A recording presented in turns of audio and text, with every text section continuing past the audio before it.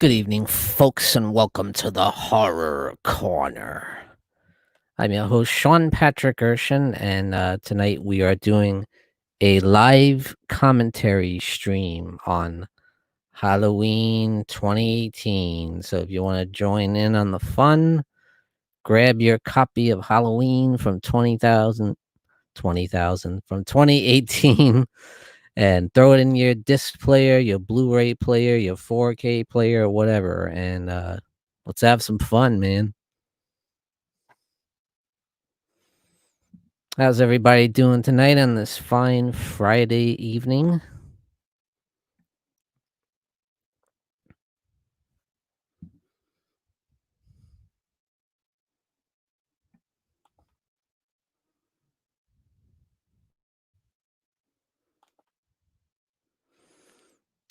So we are live here on YouTube.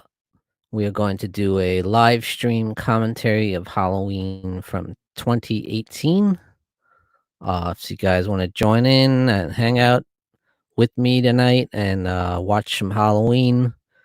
As you guys know, I'm a huge fan of the Halloween franchise. And, as we go through it, I'm going to talk about maybe some of my likes and dislikes on this film. Overall, I definitely do enjoy the film, but yeah, I do have my issues with it, and I'll probably point some of that out as we watch. So, anyone, feel free to join in if you want to. I'll give you a few minutes to put in the disc player, and we'll get started soon.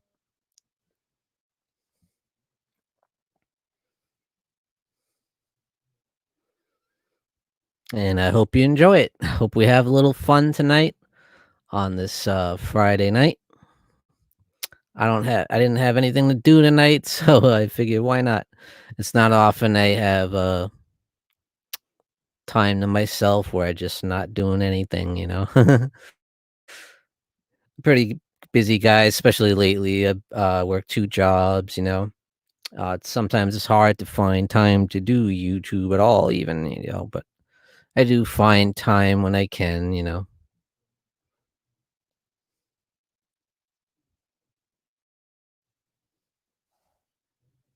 But I have a lot of fun doing this.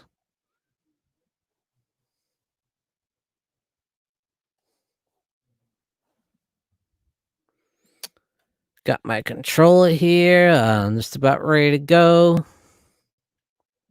That's right. We are watching Halloween from 2018, directed by David Gordon Green, starring the legendary Jamie Lee Curtis as Laurie Strode, Judy Greer, Andy Matichak, and Will Patton. Yeah.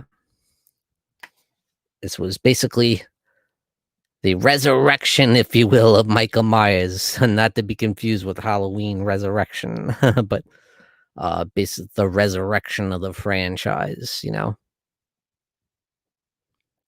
After after some lackluster sequels and remakes. To me, this was like the real rebirth of the franchise for me in particular.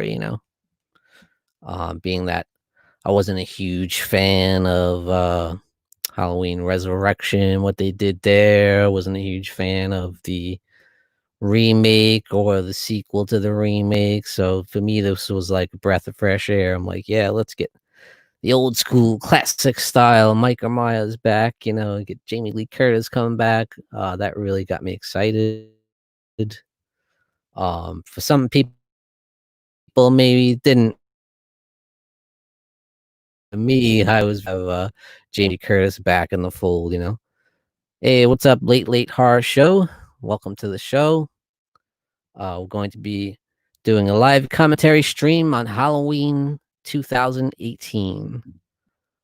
I got my trusty controller, getting ready to fire up this bad boy in a few minutes. Before I get started with that, I just want to mention something I saw, a little bit of a nugget that we get for Halloween news. And that's all we get lately, really, is like little nuggets.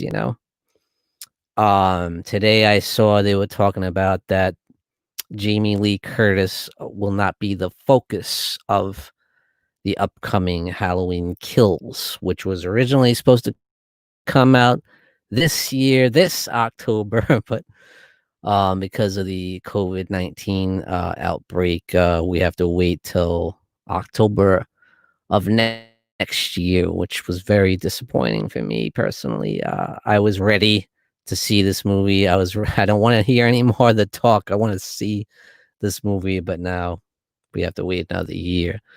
But yeah, the latest reports are saying that Jamie Lee Curtis as Laurie Strode won't be the main focus of the film. You know, like she pretty much was, very much so in Halloween from 2018, which I'm fine with that. You know, um, I'm sure she'll still be an important part of it, but as long as she's like an important part of it and not just like in the background or like a cameo, like Resurrection, you know, we don't want that again. We definitely don't want that again. I mean, if she is gonna go out in this movie, it better be with dignity and it better be the proper send off for this legendary character in my eyes, you know. It better not, don't be half-assed with it, you know. Um, I mean, from what I heard, she was supposed to be in both movies, Halloween Kills and Halloween Ends, but you know, a lot of people are calling for her to for her number to be in on this movie, Halloween Kills, but we'll see. It remains to be seen, but unfortunately, it won't be seen until next year. Damn it! Tired of waiting. Just one of those Halloween nerds that wants it now, you know? I don't wanna wait anymore. But of course, deep inside, I want a good Halloween movie. So the fact that it's going to be another year for it to come out does give the director and everybody involved time to perfect this movie and to gloss it over, shine it up real nice, and make it really presentable for the audiences. So I am curious to see what they do with that, you know. Could it still suck? Yes, of course it could suck, you know, just like any movie, you know. Just like they say, I laugh sometimes in the movie Fanboys, you know, after they go through all this trouble to see the Phantom Menace. uh, and then the guy asked the question, what if the movie sucks, you know? It's quite possible that we could be waiting all this time to see this movie and it's garbage, you know? That's always that possibility. Um, but with that being said, I am still very excited to see it, and of course, I will see it when it comes out in theaters. One thing I didn't feel like it was really necessary for it to be on October, you know, but it is what it is, you know. Of course, it's better it being in October, it being Halloween time, you know, and it probably will do better in theaters at Halloween time, you know, as if they released it in March or something. But you know, who knows with this coronavirus thing? This could go on and on. I have a feeling. I just have the feeling that this is just going to be going on in well into next year. I hate to say that and I hate to think about it, but I just have a feeling this is not going to be over anytime soon. You know, which is really sad to say, and it pisses me off. But feeling, you know, I could be wrong, but I just get that feeling. You know. The fact that they're delaying everything and, you know, all this stuff means they see this still being a problem in the future, you know? But, you know, we are gonna have hopefully a hell of a year for movies next year because 'cause we'll have Quiet Place Part 2 coming out, and a lot of movies that got delayed will be coming out, so it might be a pretty interesting year for movies. At any rate, everyone out there in YouTube, thank you for watching. Whoever's watching, if you want to join in on the fun and get in on the live commentary with me. Throw in your copy of Halloween 2018 and your Blu-ray player or your DVD or your 4K player, whatever. And we'll have fun together. Or you could just watch me and have fun anyway, because I'm gonna have fun. We're gonna be talking all the way through the movie. I'm gonna point out some things that I really love about it, and I'll point out some things that I don't like about it or have issues with. And we're just gonna have fun. And I'll point out my favorite kill scenes and stuff. Um, yeah, let's have a blast, guys. Let's watch Halloween 2018 together, directed by David Gordon Green, starring Jamie Lee Curtis, and of course Andy Matichak in the role of Allison Strode, and Judy Greer as Karen Strode, and you had Will Patton in there, who does a real good job. That's another thing I want to talk about later on, is the use of Will Patton and what they did with his character. Because I thought he was a real bright spot in the movie, and kind of boggles my mind what they do with him. But is what it is. I do have some issues with this movie. I'm not gonna lie. I really enjoy so many things about it, though. So that's what gets me. Sometimes it can be frustrating because there's a few things that really irk me. But every time I watch this movie, I like it more. It seems. I find more things that I like about it.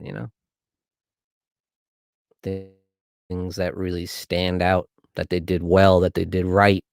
And they did do a lot right with this movie. I have to admit that. And I think a lot of fans would say that. Even the haters have to admit that they did some things right, especially Michael Myers. That's one thing I don't think anybody could deny they did right, was Michael Myers. The way they handled him was like in that classic style from the 1978 film, and they did a great job with that. I'll have to give it a second watch. Dino says, "Yeah, man, give it a second watch." You said it was okay, didn't you? I know you. I know you don't love it, but I think you said it was okay. So you must have liked something about it. By the way, we got the Late Late Horror Show in the chat, Dino, and we got Death Central just joining us in the chat. Hey, what's going on, man? Getting ready to watch some Halloween 2018. Doing a little live commentary tonight. Welcome, welcome. Welcome anyone out on YouTube tonight to my live. It's been a while since I've done a live stream solo, but I just had some free time on my hands tonight. Hey, Michael Myers 101. How perfect. What's going on, dude? Just watched your video earlier about showing up your Halloween t-shirt. That was really cool. Got that at Walmart, huh? I might have to pick that up if they have one at my local Walmart. Death Central says it's a fun movie. Can't wait for the delayed one. Yeah. I was just pointing that out earlier. Yeah. It really sucks that we have to wait till next year, especially if you're a big Halloween fan. We've been waiting and waiting and getting these little nuggets of information. I was so ready to watch this. That was like one of the very few things I was looking forward to this year after this whole crap started with the COVID-19. But spoiled again, rats, like Charlie Brown says. Rats.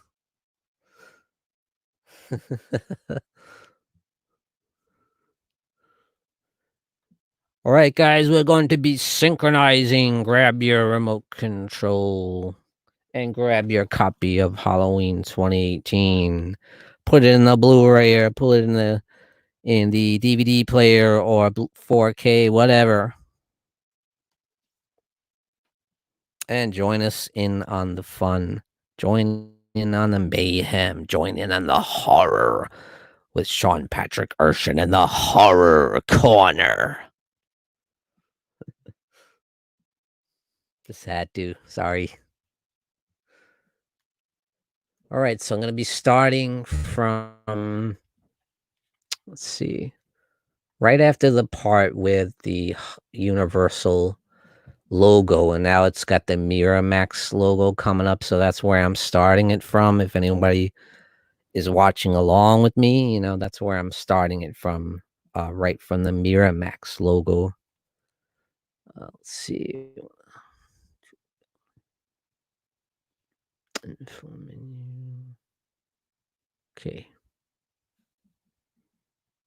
I don't want to put it up loud so you hear that. I don't want to get copyright issues if I turn the volume up too much. I'll keep it quiet. Here we go. Here's the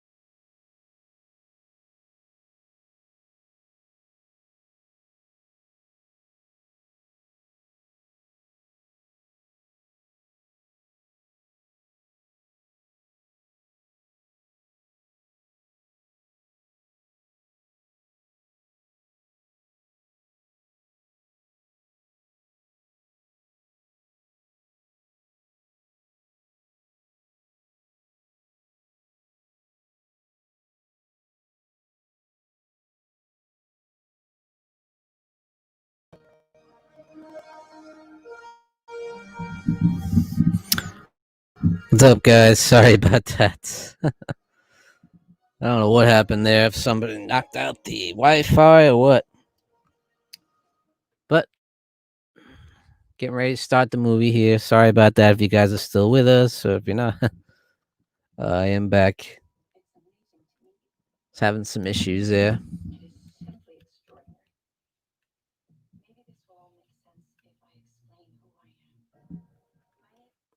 Let me get past these stupid previews. Yeah, I had to restart everything. Sorry about that, guys. I have some technical difficulties.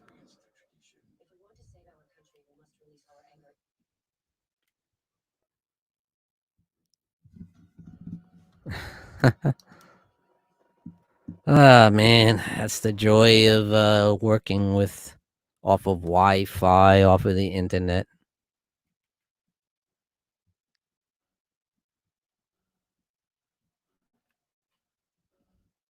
I gotta find out where I was in the movie now because it just screwed up on me. Have to I get it right from the beginning.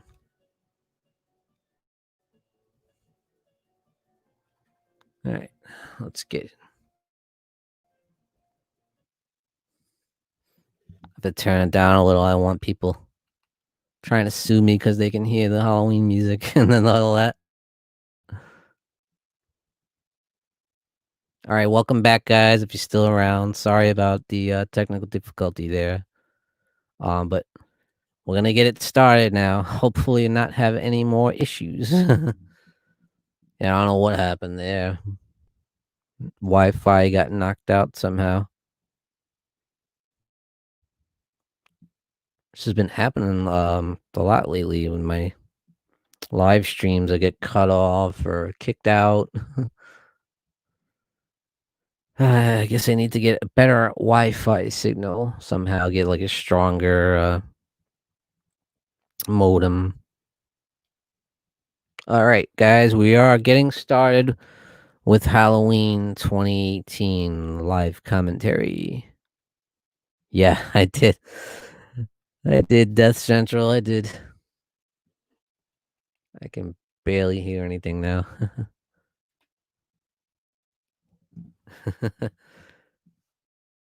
want to get sued by John Carpenter or something. All right, so here we are. We're right at the beginning now, with the mental patients at Smith's Grove Sanitarium.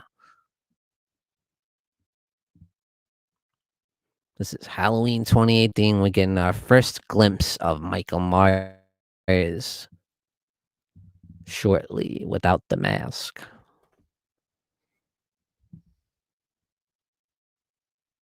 And the camera work when they do that is really good. I like how they do it without, you don't really get a clear shot of his entire face. You get little shots of the side of his face or top of his head, the back of his head. But a couple of scenes, if you pause it, you get a good shot of it. James Jude Courtney.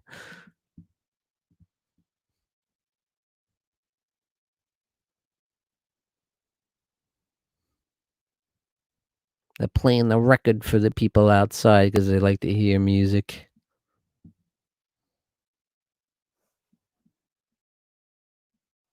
If you just joined us, welcome to the Horror Corner. I'm your host, Sean Patrick Urshan. We are doing a live commentary for Halloween 2018, directed by David Gordon Green, starring Jamie Lee Curtis, Andy Manichak, Judy Greer, Will Patton. What are you guys' thoughts on the podcasters here? The British dude and his cohort. And of course, you got Dr. Sartain. What are your thoughts on Dr. Sartain and his character? Do you just see him as another Dr. Loomis type or what? I mean, of course, that's if you didn't know about the twist later on. What are your initial thoughts about him? I actually can't watch it right now, but I'll be chilling with you for some time. I'm also editing, so I'm only ear. I don't see the chat. Cool, man. Just hang out, man. It's all good.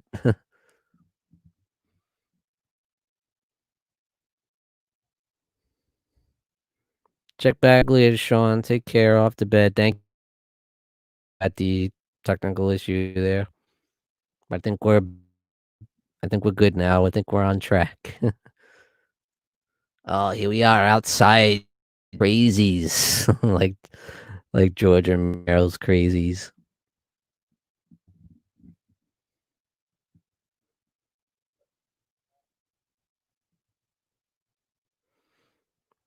I didn't think this is pre-COVID and they had and everyone has to keep us like a 6 foot distance from Michael as the the yellow tape on the ground. You can't go past that yellow tape in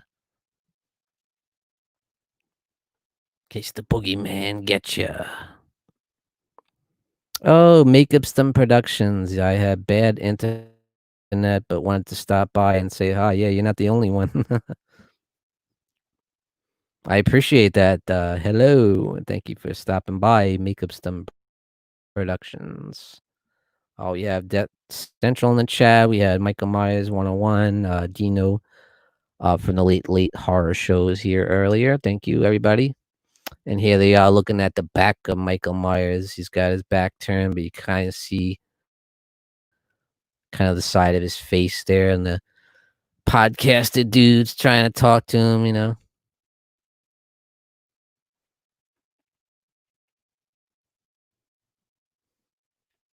Don't cross that line.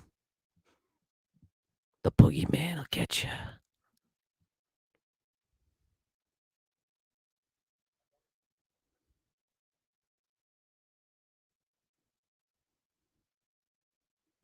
This guy is just trying to get in the head of Michael Myers, but he don't know him very well, does he?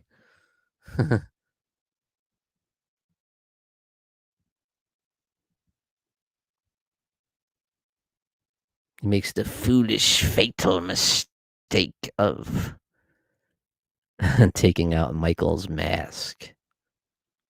He's like, this will probably really get under the skin. Do you really want to get under the skin? Do you really want to piss off Michael Myers? So I'm pretty sure that's what he's doing here.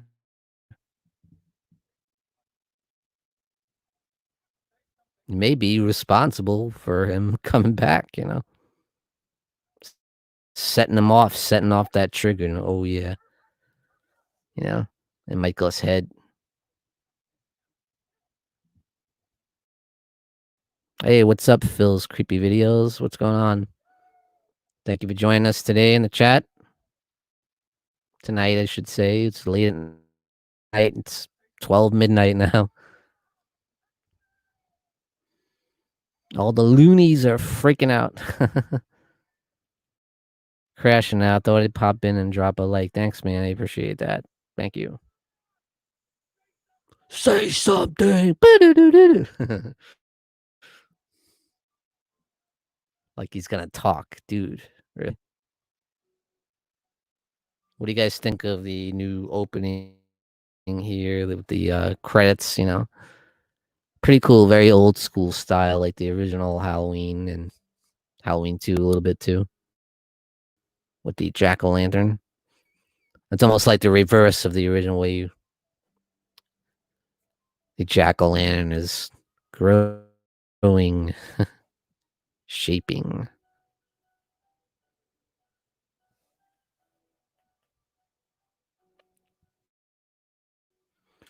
Music by John Carpenter and Cody Carpenter, and I thought they did a fantastic job. And it's one of the best things about Halloween 2018 is the score for sure.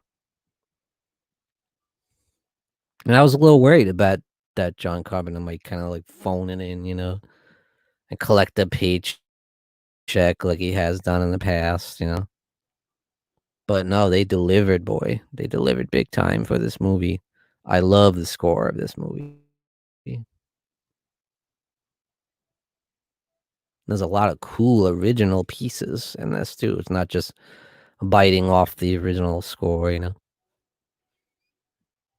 still produced by Malik Akkad, based on characters created by Bender and Deborah Hill, of course. My internet is not crashing too much. What's happening for you guys? Well, I don't know what happened there. It's just like somebody might have just knocked it out, literally knocked it over. I don't know. We went out for a good couple minutes. And the podcasters are getting ready to pay a visit to the icon known as Laurie Strode. I like how they she gives basically no response at first. She's got her house all blocked off. She's got a gate there. Do not enter.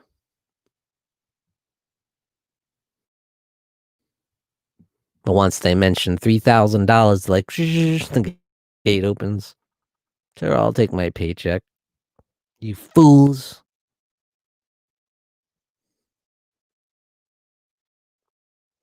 I don't know. It could be. Could be for the whole town. I don't know. Or it could just be my crappy Wi-Fi.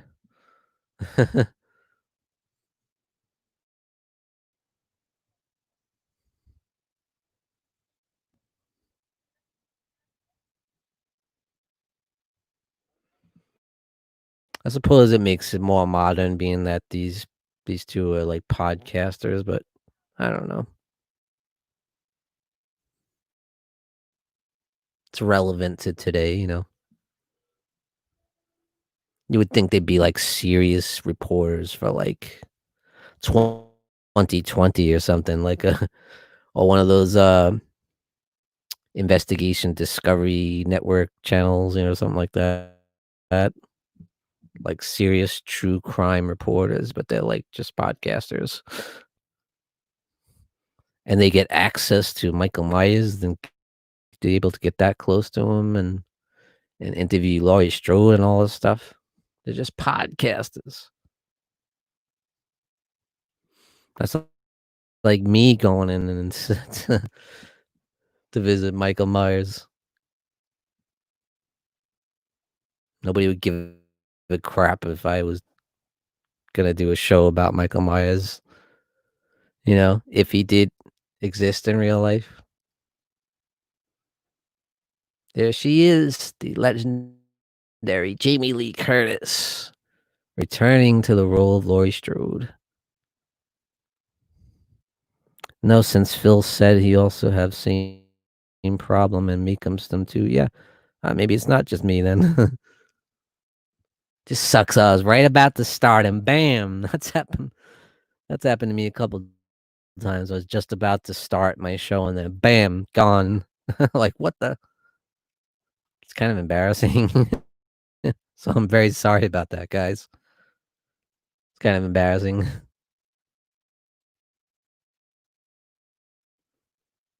Here they are trying to get the in-depth story of Michael Myers and Laurie's relationship and her dealings with him, and she pretty much gives them nothing, you know?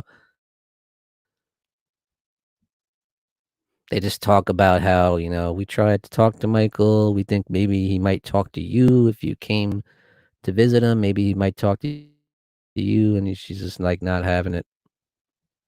It's like, oh, you need to get inside the head of Michael Myers. Really, he killed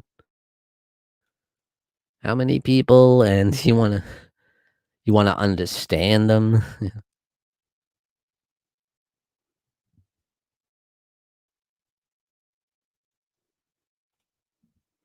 And she's like, you don't believe in the boogeyman? Well, you should.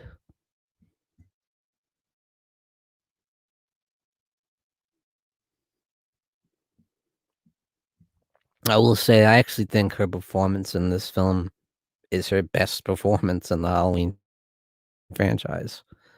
She's fantastic in this movie, definitely. And that's saying a lot for me because I really loved her in the original, but um, just her trauma and her, you can see how deeply Michael Myers has infected her entire life, you know, and it shows, and you believe it, you know. It's there in her eyes and in her performance, you know. I buy it, you know. I didn't buy it as much in Halloween H2O. Just my opinion. Fine in it, but to me, she was more fully committed in this movie. You know, which Halloween H2 is fine. It's a good movie. You know, it's very Scream ish to me, but and Halloween H2O is very much coming off the success of Scream, and you know, and you had Kevin Williamson involved in H2O. You know, so that has a lot to do with it. Oh, here's this idiot, the peanut butter on the penis. Whose bright idea was that? That has to be a Danny McBride line. I mean, it has to be. Why? Why? So creepy. So here we meet young Andy Matichak in the role of Karen Strode, Laurie's granddaughter, and we meet Karen, played by Judy Greer. What are you guys' thoughts on Judy Greer in this film? I've heard mixed things. Some people don't like the fact that they didn't bring back Danielle Harris to play Laurie's daughter, which was my initial feelings about that, honestly. But after seeing the film, I honestly didn't have a problem with her. I thought she did fine. I knew that Judy Greer would be fine in the role because she's a talented actress. I've seen her in other movies. She's very experienced, so I knew she would handle it. And it turns out she's a big fan of the original Halloween too. And I thought Annie Matchak did very well. I really like her character, Alison Strode, and I love her rapport with Laurie. They definitely have a bond. Whereas Laurie and Karen are kind of at odds for the whole movie. They're constantly at each other's throats, pretty much. Because Karen feels like Laurie kind of messed her life up. Because all she can think about is Michael Myers and all the survival stuff, and that affected Karen's life big time because she made her learn how to shoot guns and and all this stuff and how to be a survivalist when she was just a little kid, and that's all she could think of was how to survive. She didn't get to be a normal kid like everybody else. Yes, Michael Myers 101 says Danielle Harris would have been awesome, though. Yeah, I'm with you on that. That would be if I was directing this movie, that's a no-brainer, bringing Danielle Harris because Danielle Harris is supposed to be her daughter. I don't care if it doesn't line up perfectly with the rest of the franchise or whatever. Who cares? We all know Danielle Harris is Jamie Lloyd, the daughter of Laurie Strode. We all know that. Doesn't have to be perfectly intertwined with the other films. You don't have to explain it. She's just there and she's Laurie's daughter. Fine. Deal with it. Death Central says for me, Danielle Harris would be great in anything, anywhere. I just love her. Yeah. Yeah. Totally agree. It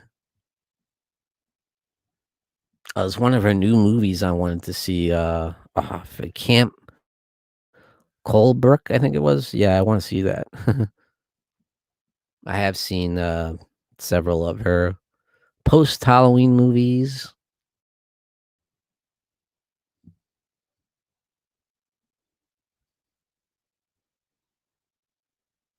I don't get what Karen sees in their douche boyfriend here. Like an idiot, and so is his friend. They're idiots. They're morons. Why is she hanging out with these people? She's beautiful. She's smart. She should be one of the most popular people in school, and she's hanging around with these morons.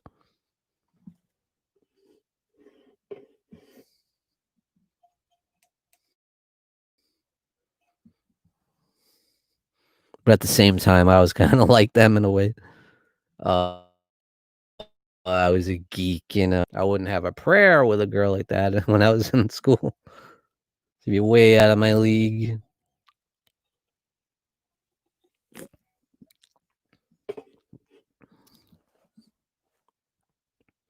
Here we go with that classic shot. Let's just rip right from the original Halloween when they're in the classroom, and Andy Matichak is in the the same seat that Laurie was in the original Halloween, looking out the window, and then she sees Michael across the street. Only this time, they flip it around, and it's Laurie. which I thought was pretty cool, you know? It's a great nod to the original, and it's a nice little twist on it. I like that.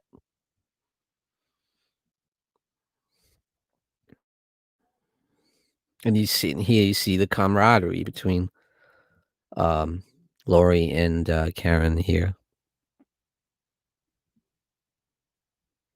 Karen really loves her, she really cares about it, and it seems like, Karen tries to, stray her away from try and keep her away from Laurie, you know? But, Allison, really loves her, you know? She can see the conflict inside and why what happened to her really affected her, you know? But she wants her to let go of it, you know? And Laurie can't do that, you know? You can't just forget something like that, you know?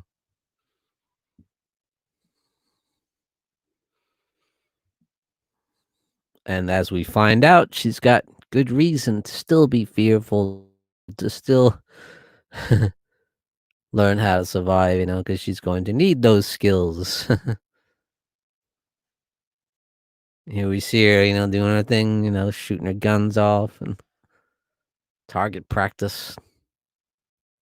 She's a badass, you know.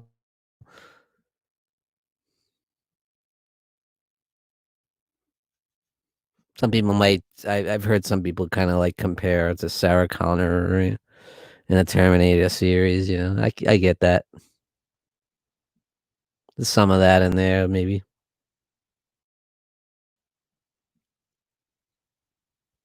But she ain't no copycat. I mean, this is Laurie Strode. We followed her for so many years. She's still Laurie Strode, you know. Even with the tough, hard exterior, you know, there's still that soft side to her as well, you know.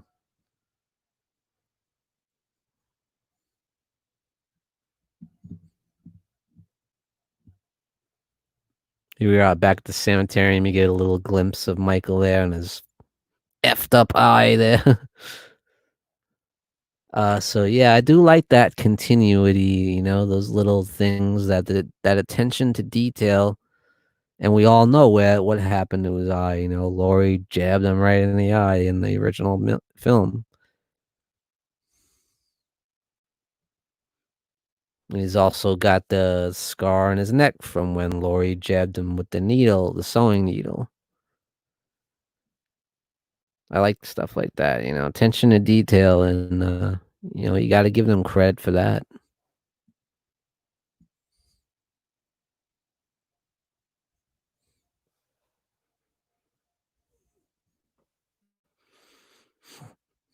There they go. They're in the bus. They're loading up the bus. And Michael is gone. The evil is gone. And Lois sitting in a car, you know, all traumatized, and she can't believe it.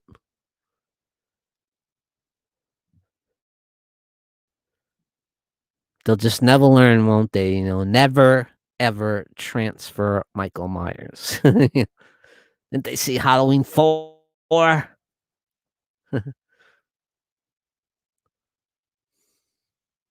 Bad idea. Bad idea.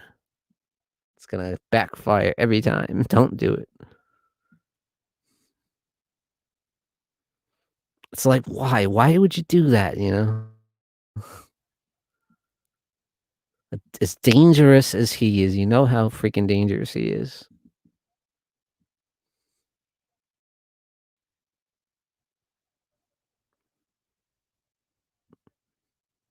It's just kind of silly when if you really think about it, you know. And here they are at the restaurant, you know, meeting Allison and her boyfriend, trying to get to know him.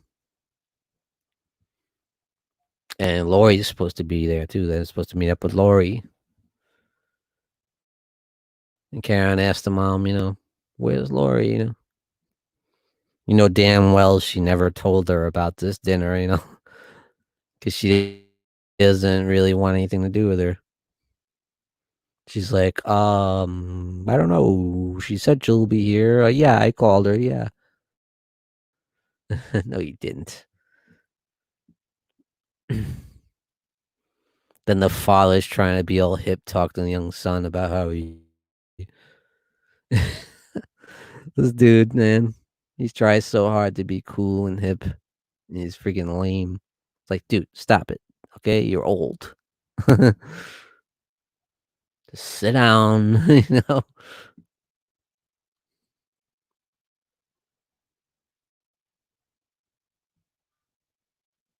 Dude's like freaking 65.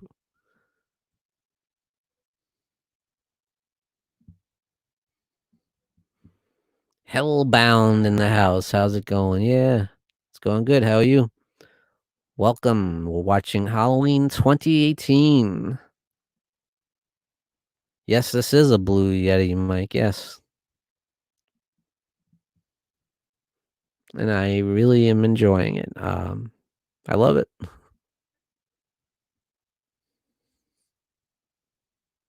This part really gets me when Laurie like breaks down in the restaurant after seeing Michael being transferred and all that. It's really powerful scene.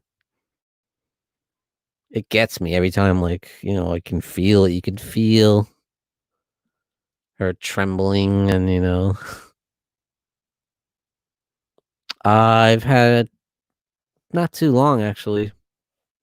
I had another Yeti before this, and I don't know what happened. It crapped the bed on me, but it was one of the cheaper ones. So I was like, oh, I'm gonna spend a little bit more money and get a little bit better one. So this one's definitely better.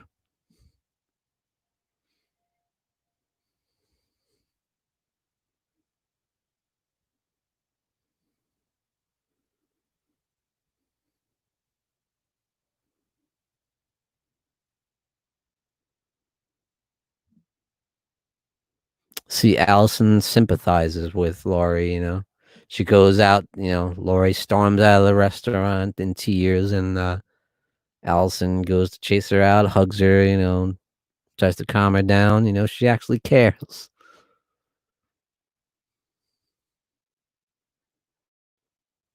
But Karen is just like, now you get a glimpse of how she really is. She's just like, what I had to deal with when I was a child, and they start showing little flashbacks of when Karen was a child and Laurie was all about the survival thing, and she didn't have a chance to have a childhood. Which is good. I like how they did that. And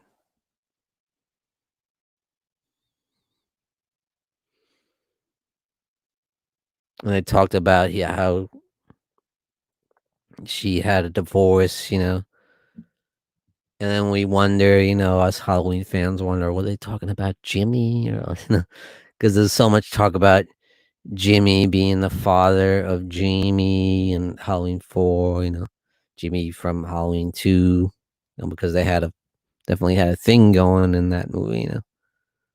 Or there was definitely a flirtation there. A lot of Halloween fans like to believe that he was the father of Jamie, or that she'd be the father of even of Karen in this movie. But it's really unknown. Who knows? I might bring that up in one of the future movies. Thanks, man. You still haven't seen Halloween 2018? You own it and you haven't seen it? Dude, you gotta watch it. It's a must if you're a Halloween fan, I think. This is a really cool scene when the Michael escapes the bus and all the patients are roaming around the streets. All these crazies. One of them being Michael Myers, the boogeyman.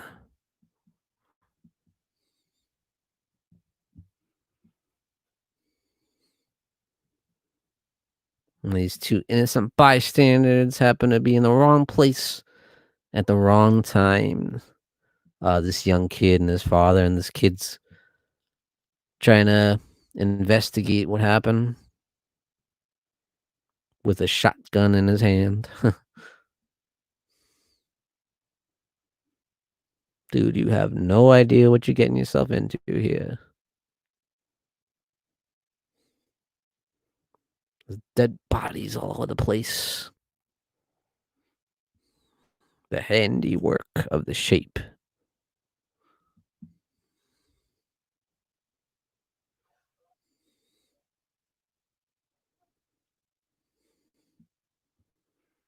We see the one guard is alive with his face all bloody, tries to warn the kid.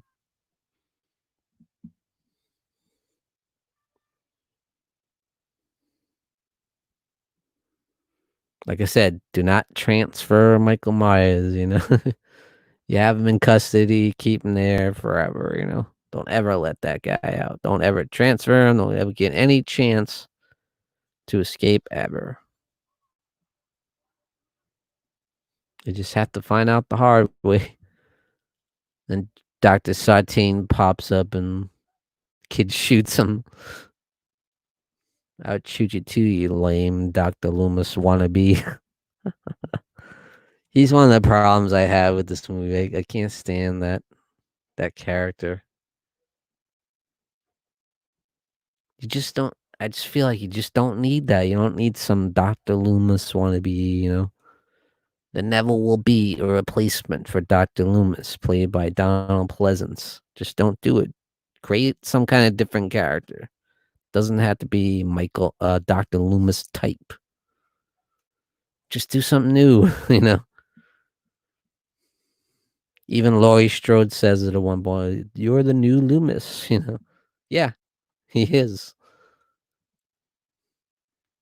This guy I really liked. I really like Will Patton as the sheriff's deputy. I don't know why he's not the sheriff. Because he's so good in this movie. He's awesome. Why did they not keep this guy, you know? Another issue I have. This dude's awesome. How do you not have him in the whole series, you know?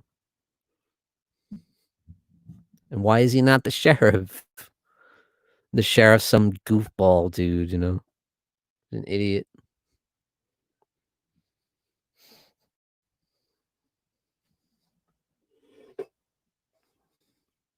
You might as well have Sheriff Jackie Gleason from Smoking and the Bandit.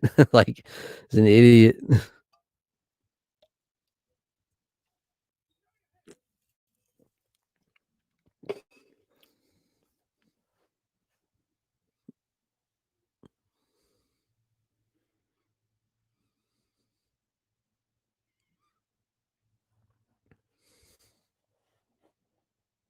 I forget Will Patton's name in the movie, though.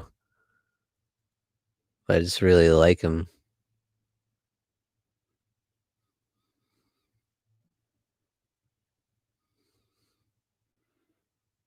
Here come the podcasters again, checking out the site of Judith Myers' grave.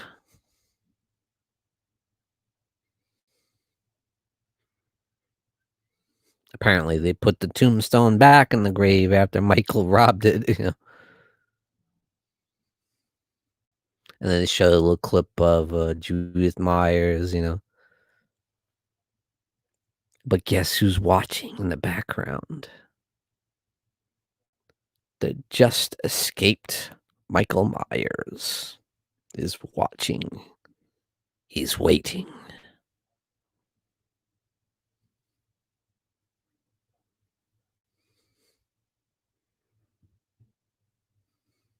And they show the death of Judith, you know.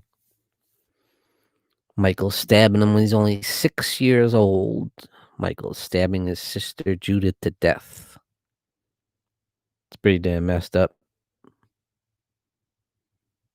Here comes the sheriff, this goofball. Maybe we should. What we gonna do? Cancel Halloween? Really?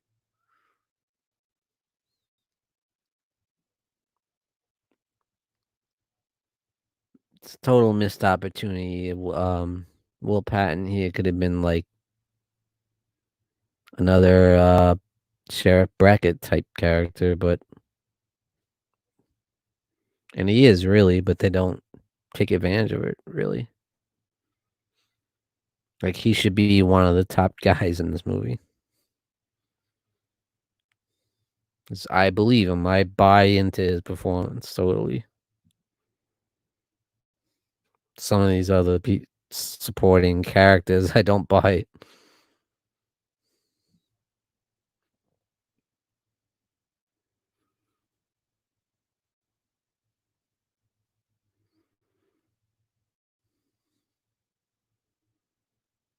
I like here they show these little newspaper clippings of the events of 1978, and Michael pictures him as a kid staring at the wall.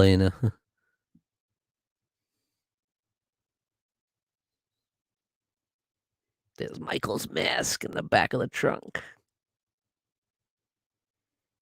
Ah, there he is in the background. Creeping up there at the gas station, stopping to get gas, and guess who's in the background?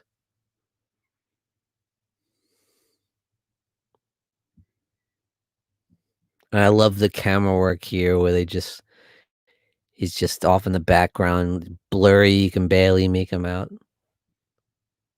And you could just kind of see the silhouette of him bashing the shit out of somebody.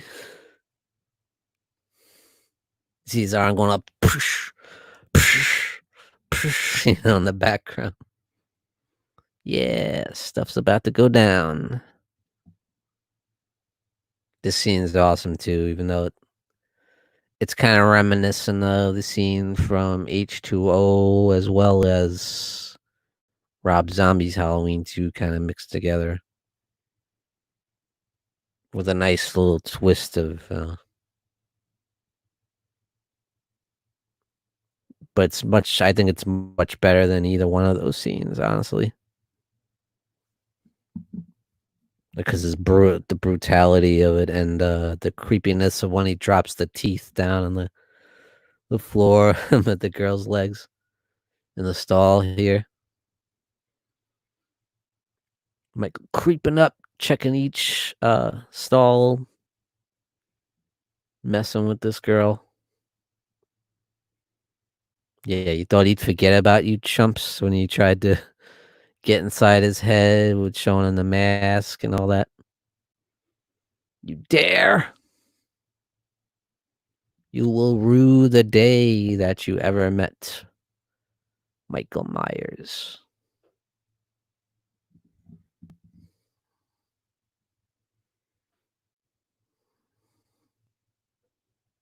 There's someone in here. Yeah, like he cares.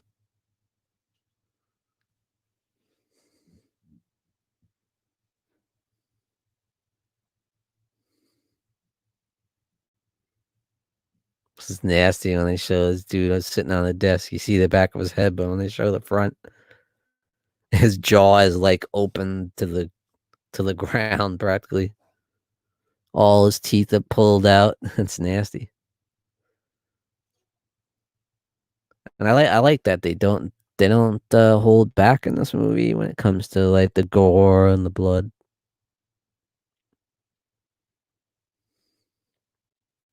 And we found out he took out the gas station attendant and he took his outfit, the mechanic's jumpsuit, that famous jumpsuit that we know Mike Gullen from the entire franchise. There he goes. He just dropped the teeth, and I love that. It's so eerie. This girl's in serious trouble.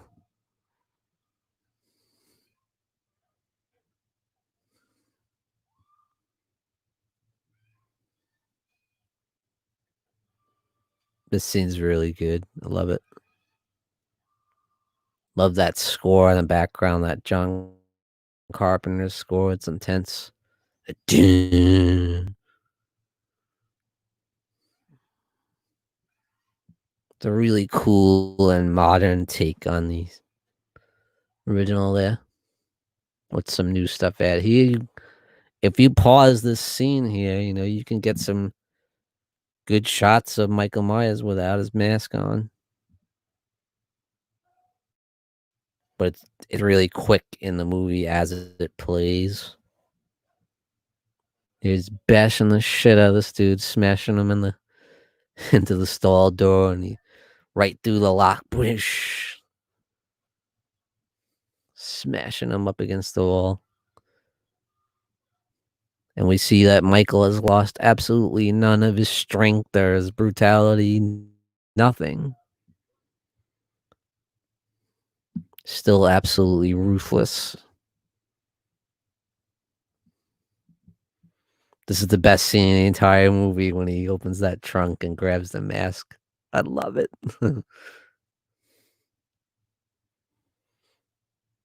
Epic. That is epic, man. Badass shot right there of him putting the mask on. It's like, damn, Michael is back. Yes. Yes. That's what I was like seeing in the movie. Yeah.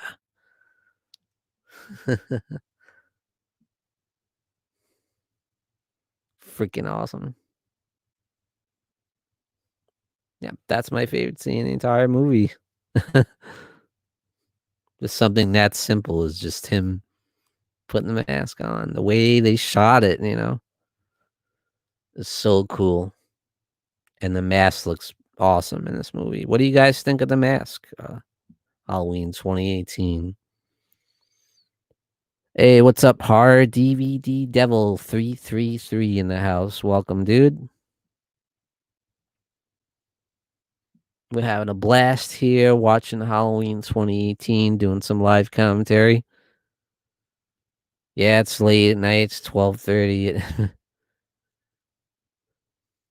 We don't care. We're up late. I don't have to work in the morning, so I don't care. I had some time in my hands. Figure why not? I've been wanting to do this for a long time, actually. I've been wanting to do a Halloween 2018 stream. So I'm having fun with this. Had a little bit of technical issue earlier. Apparently, a lot of people did. I thought it was just me, but thankfully we're back and we started it right from the beginning.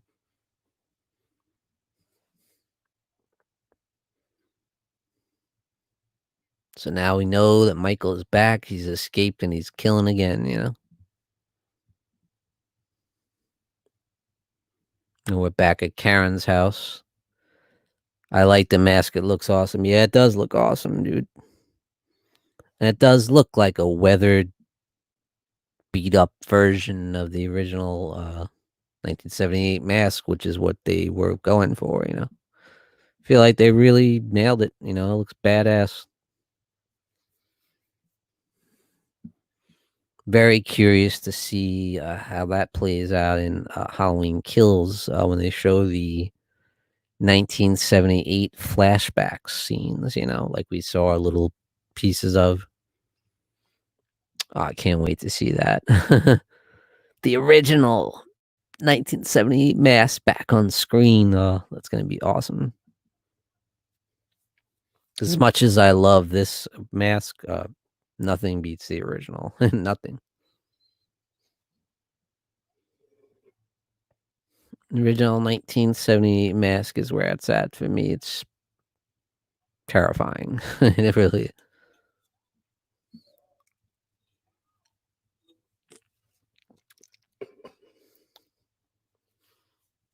They just found the bodies of the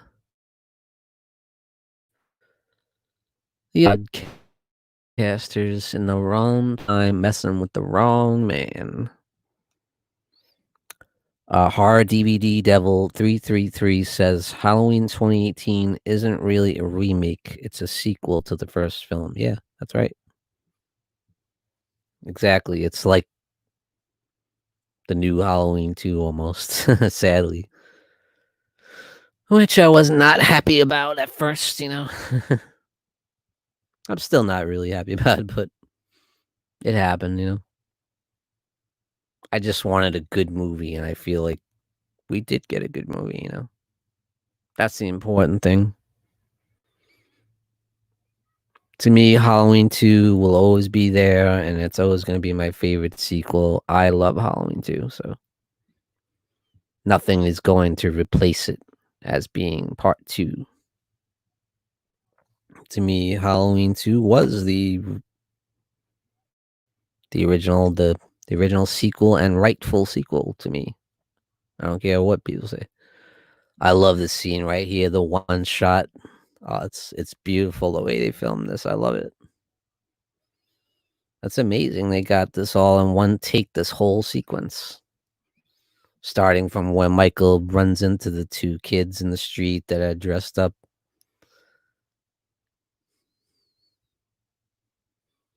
In the Halloween costumes, he grabs the hammer and then he goes into the Elrod house.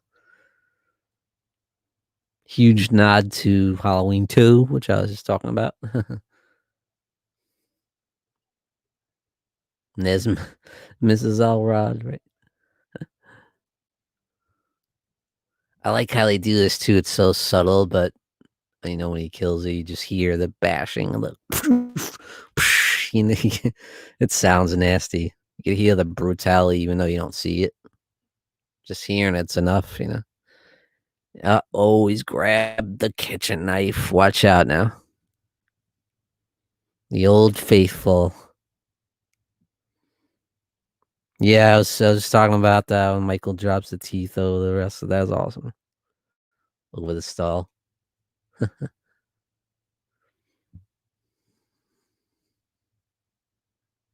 I love that you just show him walk in the house, random stranger's house, and then grab a knife, go across the street. Nobody notices him because, it's Halloween.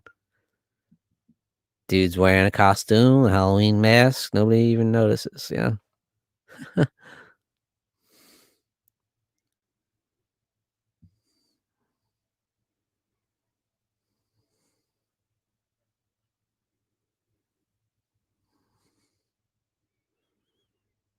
You'd think someone would still notice that he's pretty so freaking creepy looking.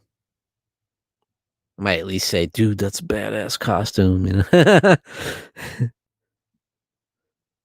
don't think anyone's ever said that to him in the movies. Dude, that's a badass costume. I love this with the jack-o'-lanterns on the porch, and then he looks in the window. This is the reflection. Really well directed, the scene. It's awesome. I'd say this is the best directed scene in the film. Really cool silhouette of his face in the glass.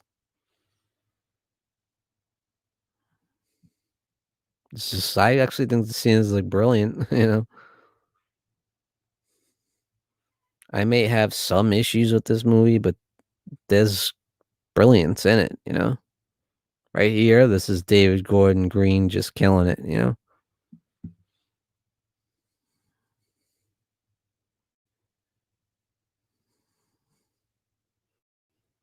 And here, we don't skimp on the gore and the blood. They go for it. Right, right through the back of this chick's neck, bashes her head in. Bam, knife right through her. Nasty.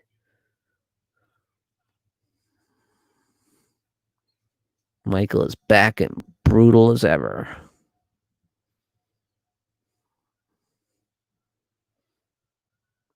Some people, a lot of people I've heard don't like this scene with the party, the Halloween party. Why not? This is Halloween. There should be people partying, especially teenagers.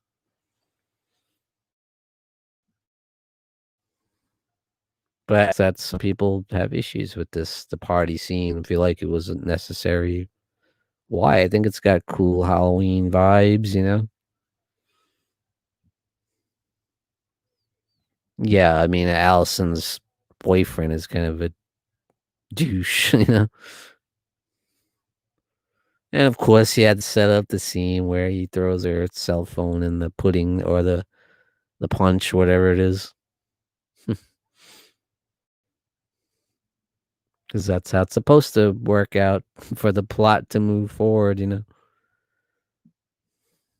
There's a lot of stuff like that in this movie that is kind of coincidental,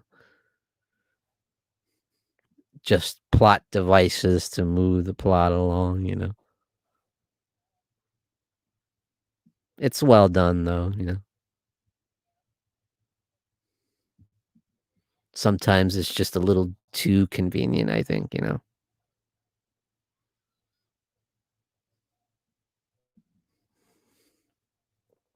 we got our babysitter friend here. It'd be Halloween if you didn't have teenage babysitters. A lot of people like this kid too. He's funny.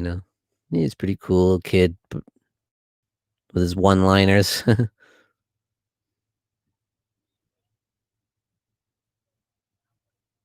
this chick's trying to be all subtle about going to smoke weed. Like, I know what you're talking about.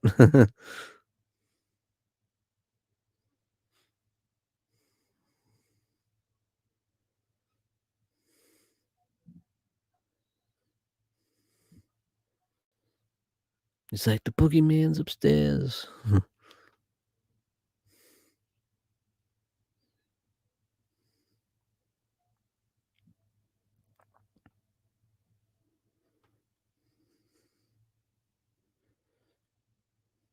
Well, he is.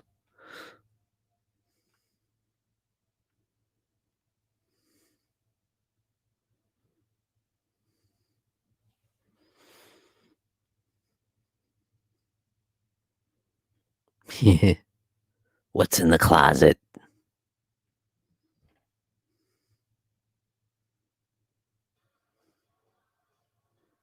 We're back to the Halloween party with Allison, her stupid ass boyfriend, and his stupid ass friend.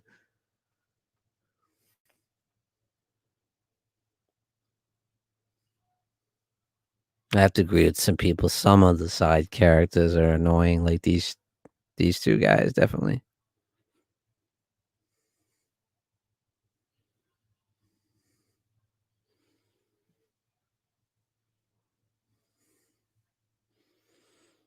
Got caught kissing the other girl. Really? Right? She's there. I mean, come on. I'm an idiot. Right in front of her. Or you couldn't go off into another room somewhere or something. At least sneak off to the back of the house or somewhere and there was someone else's car. Come on. Kissing the other girl right in front of her.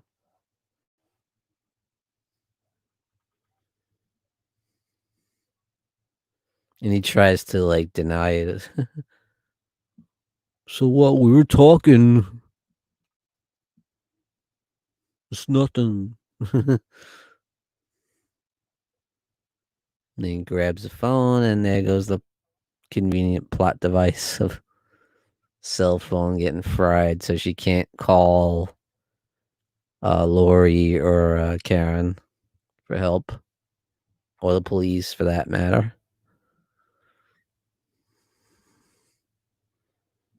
She's on her own with a maniac on the loose. Well, she don't know that yet, but he's out there.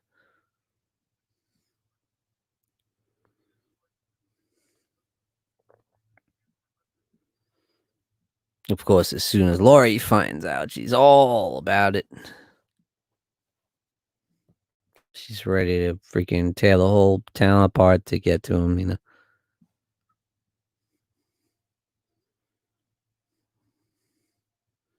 She's ready to search every house, every backyard.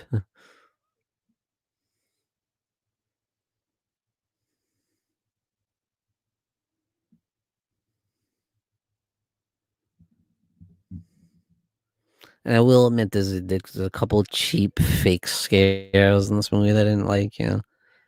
They kind of reminded me too much of these other modern horror movies, the cheap fake scares. I didn't like that. You don't need that. Come on, man. This is Halloween. You don't need that crap.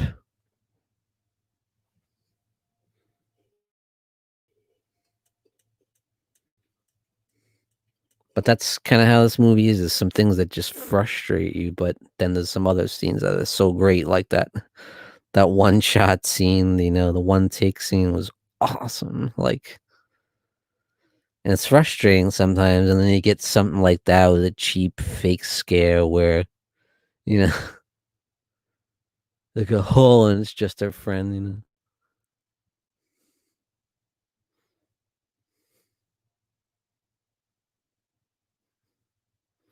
And I told you guys I'm gonna talk about some of the things I don't like. I'm gonna point them out here and there. It's not a perfect film by any means, but there is greatness in there.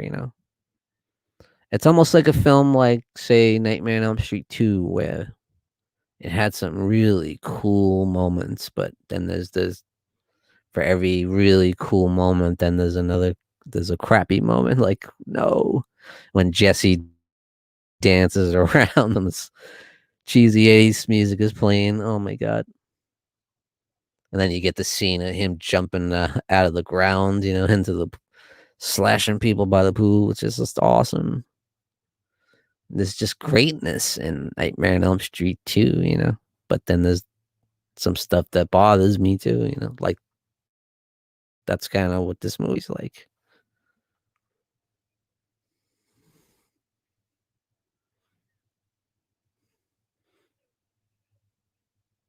I do wish it had a little bit more suspense. The suspense is not quite there like in the original or even like part 2 of the original even.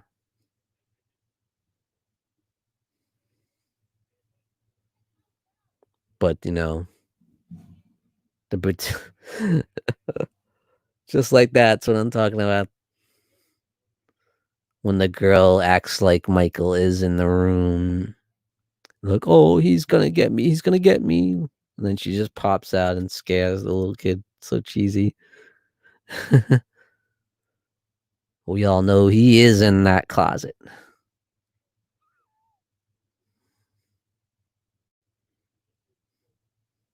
And there's this emo kid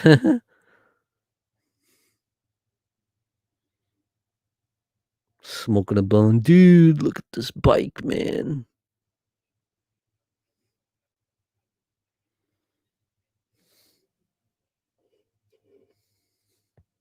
But he gets his.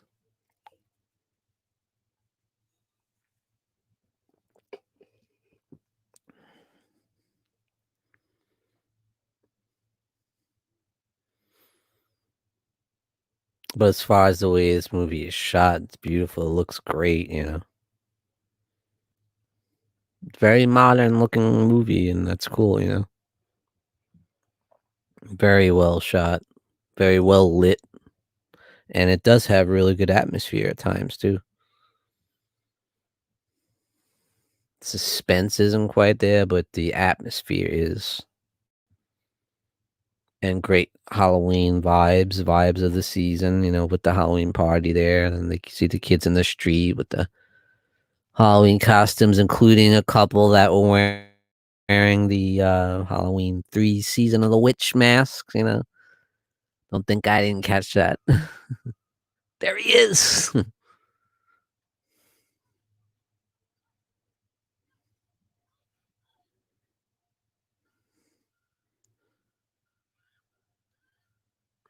You tripped, girl. Really tripped? Bad idea. She's clawing for her life. Michael's grabbing her by the leg, dragging her across the floor. Intense stuff.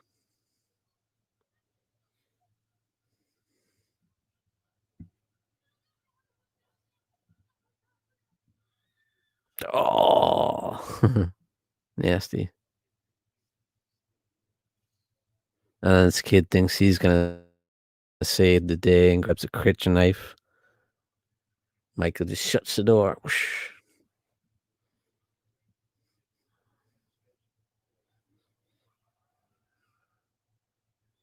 And Laurie's flipping out over here.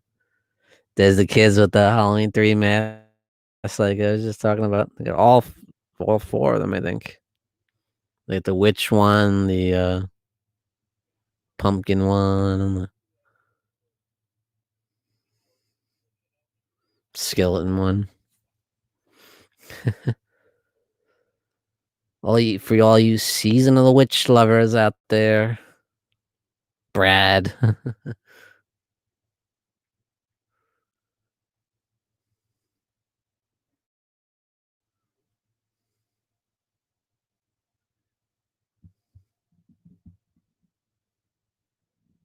It's just funny how people really seem to love Halloween 3 these days. Back when I was a kid, people didn't couldn't care less about it. Yeah, was the black sheep of the Halloween franchise. I suppose it still is, but oh, here you have him intertwined there. The Silver Shamrock mask showed up in a Michael Myers driven Halloween film.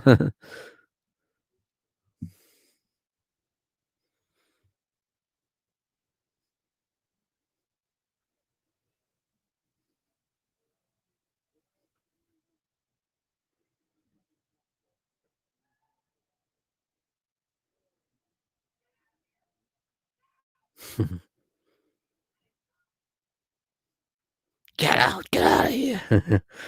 Laurie's tweaking.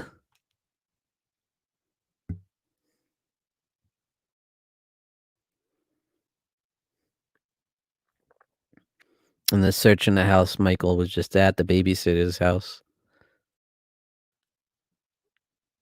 And the sheriff's deputies in there.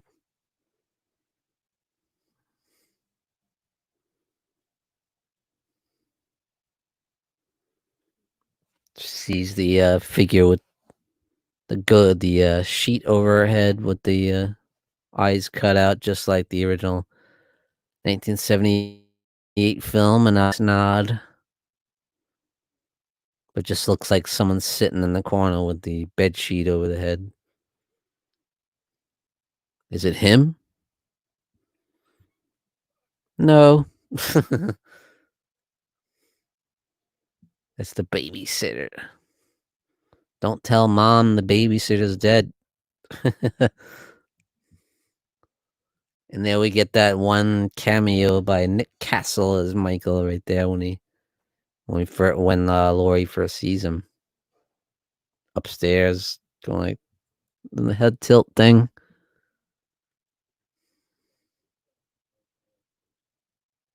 I believe that's the only scene that he did, if I'm not mistaken. Correct me if I'm wrong in the chat. Laurie clipped him though, clipped him in the shoulder with that bullet.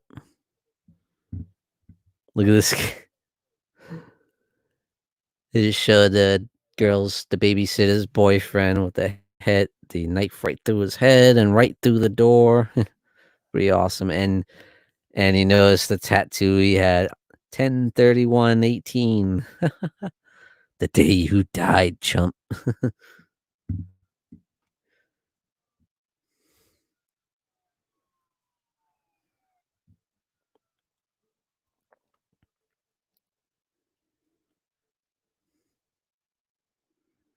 Well, he carved her up nice.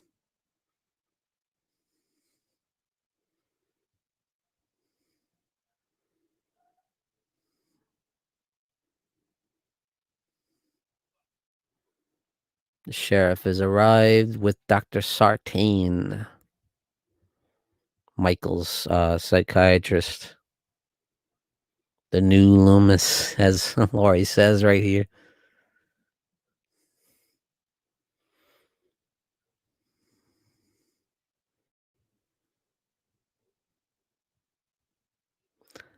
I mean, I'm not trying to knock the guy's performance. He does all right with what he's given. I just don't like the character. I'm sorry.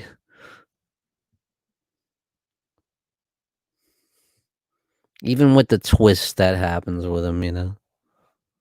Just still don't like him.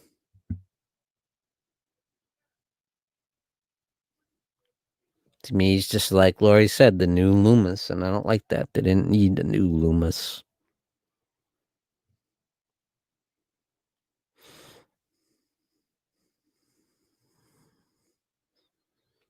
But he's fascinated by Lori. He sees her as Michael's arch nemesis.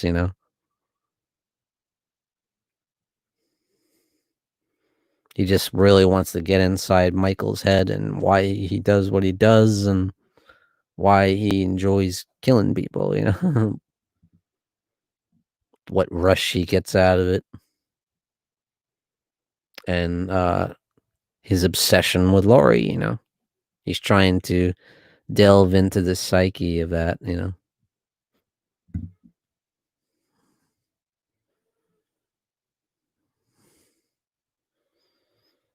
She has that line. I prayed for him to get out one day so I could kill him. And the sheriff's like, well, that was a dumb thing to ask for. I love that guy. Yeah, it was a pretty dumb thing to wish for.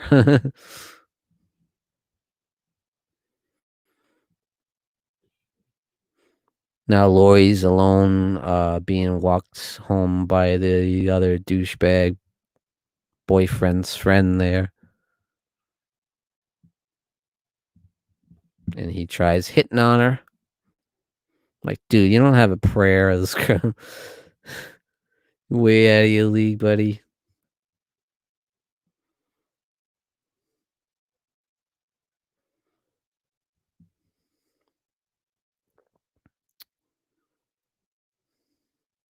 And here the sheriff's deputy is out looking for Michael Myers in the squad car. And he's trying to tell him all about Michael. And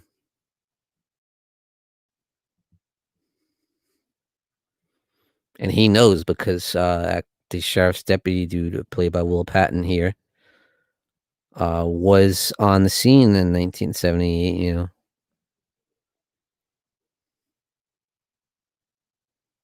He's one of the people that helped capture Michael Myers and put him in jail.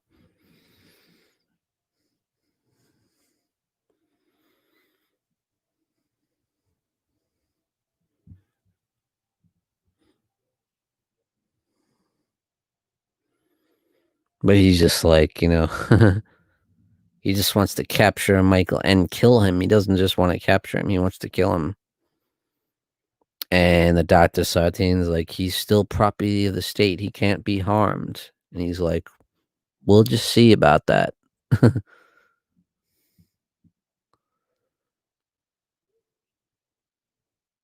And why is Karen wearing a Christmas sweater?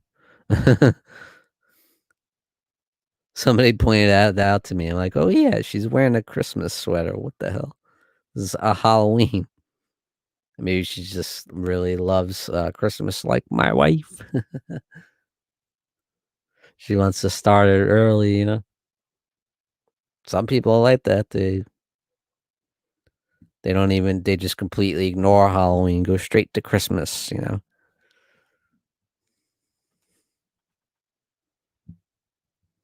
Like, nah, man, I need my Halloween. Kidding me? I ain't thinking about Christmas until December. I mean, maybe November I might start buying some things for people, but I don't want to think about it until December.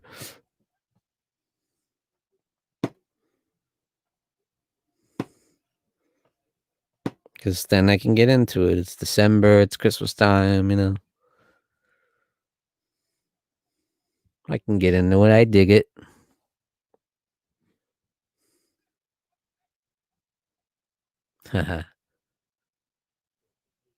Like, sorry, Mr. Elrod. This kid thinks it's a good idea to sketch through people's backyards to take a shortcut.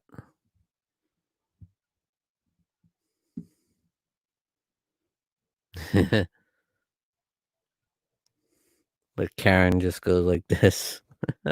She says, I'm sorry, I didn't mean it, to hit on. Because he hits on her and she's just like not having it. She just storms off and leaves the guy alone. And then he sees Michael and hiding in the bushes and thinks that's Mr. Elrod. Like, sorry, man. I'll be out of here in a minute. Just a little drunk.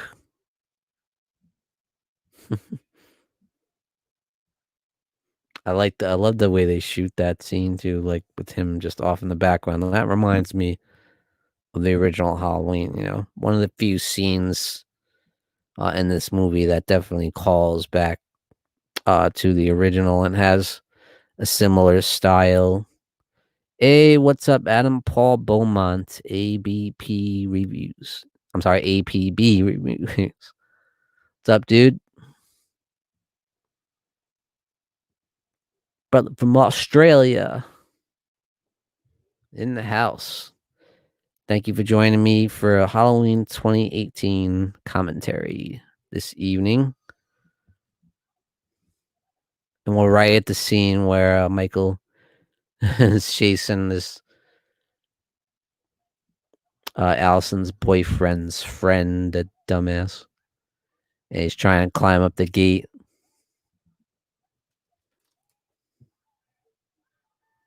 You didn't make it. Michael drives a knife right into his back and leaves him hanging on the freaking gate. Awesome scene. Excellent lighting and great atmosphere in that particular scene. And here we hear the awesome score kick in, that new score from John Carpenter and his son.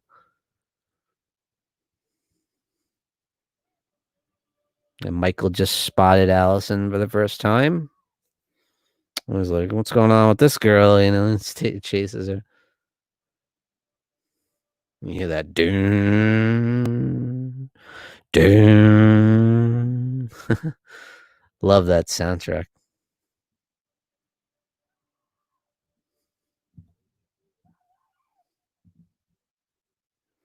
She can't call anybody. She doesn't have her cell phone because, of course, the idiot boyfriend dropped her cell phone in the pudding.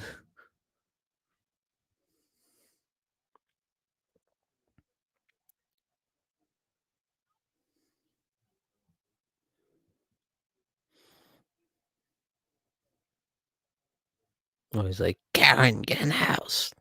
Karen.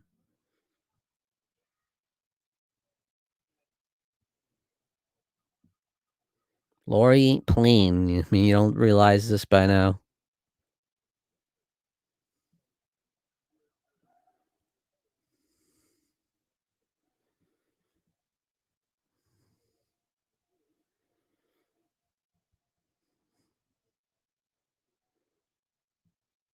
But she did make it home. Allison made it home safe and sound to be with the mother and the grandmother. And then she finally finds out that Michael is on the loose. And then that was him.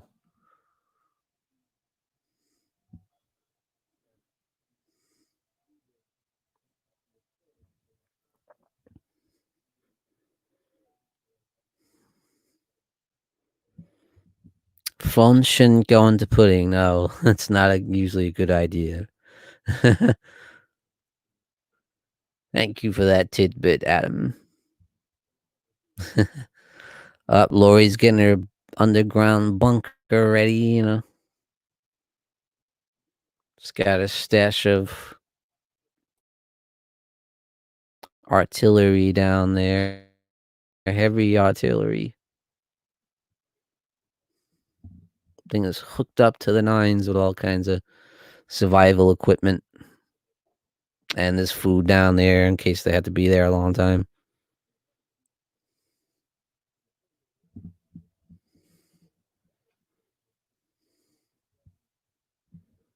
She got some pretty sweet rifles in there.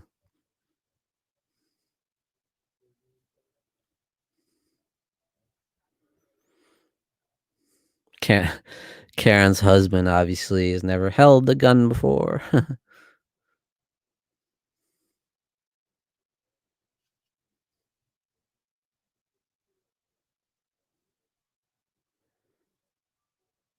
And there he is, just strolling down the street.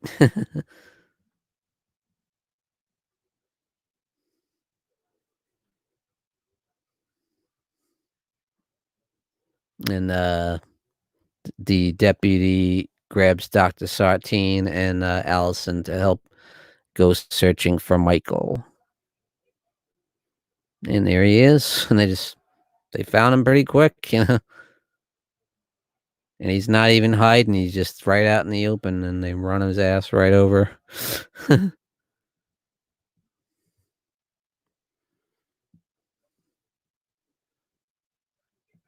Shit, he was still probably chasing Allison, even though he's like 2 miles behind her.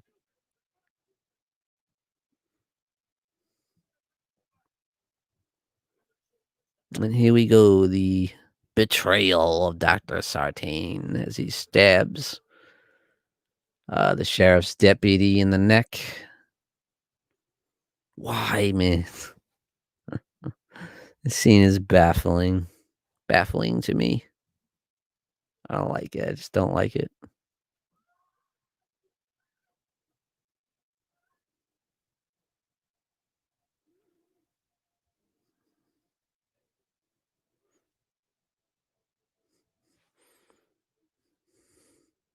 So Dr. Sartain kills the sheriff's deputy, goes up to Michael and is trying to talk to him,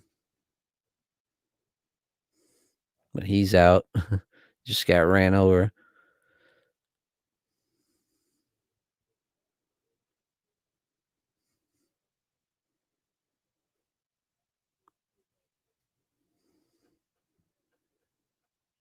So he gets the bright idea to put on Michael's mask and scare the shit out of Allison. Because that's how much he wants to get inside the head of Michael, you know, and trying to find out why he does what he does. To the extreme, to the point that he's actually becoming evil like Michael. That's how much it's affected him and has gotten inside his brain. At least that's what they're trying to portray on screen here. But I'm not buying it. F Sartine, I'm sorry. The best part about Dr. Sartine is his death, which is one of the which is the best kill in the whole movie.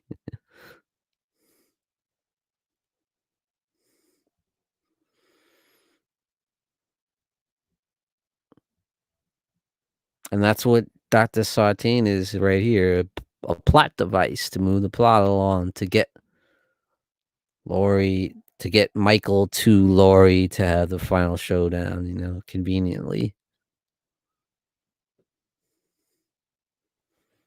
It's formulaic, but you know, like I said, the movie's not perfect. It's got some cliches in there, you know. And then this is definitely a Danny McBride thing. These two stupid cops talking about their sandwiches. Oh man. And people make fun of the Halloween 5 cops so bad, and then you got these idiots. I almost feel like they might have purposely did 5 and the moron cops that everybody talks about with the bungling clown music playing in the background. I mean, what?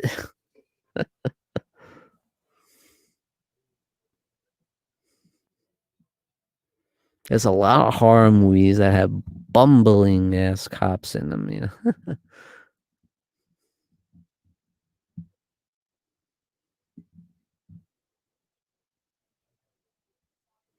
Especially like slasher movies. The police never have a clue of what's going on in these slasher movies.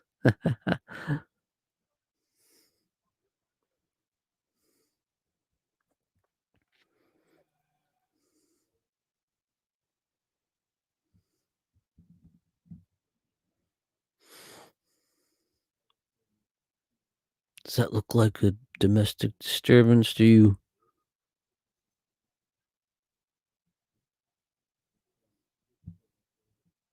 Like, they're so lazy, they don't even wanna go check out what's going on with the Sartine here. Oh, he's up.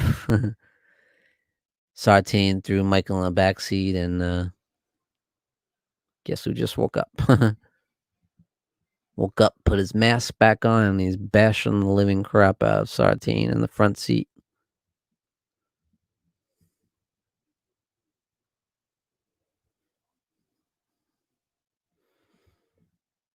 He's dragging Sartine's ass out of the car. And Allison's like, "Well, it's probably a good opportunity to get the hell out of here." While Michael's distracted by Sartine, she runs off into the woods.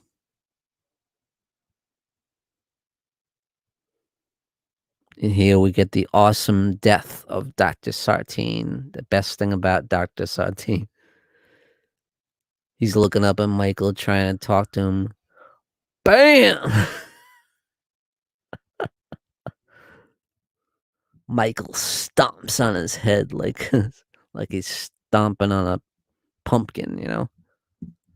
You see the guts just gush right out of his squashed head. Awesome stuff, awesome. It's just a great shot too when you're looking up at Michael. Really cool angle there. Just showing the brutality. This Michael is pissed. He's not playing around.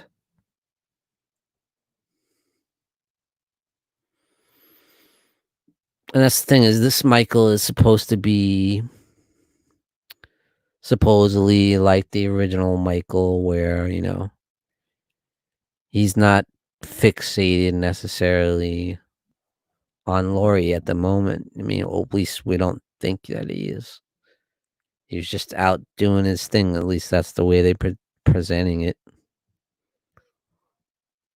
The way they see it is Michael was just mysterious. He was a blank shape in the original movie, and that's how they wanted to be in this movie. At least more like that.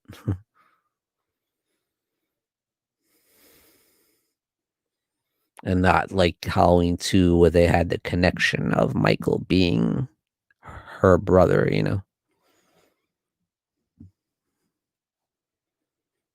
And that's why Halloween 2 is ignored because that I suppose they feel was detrimental to the rest of the series, which I don't really think it was, honestly.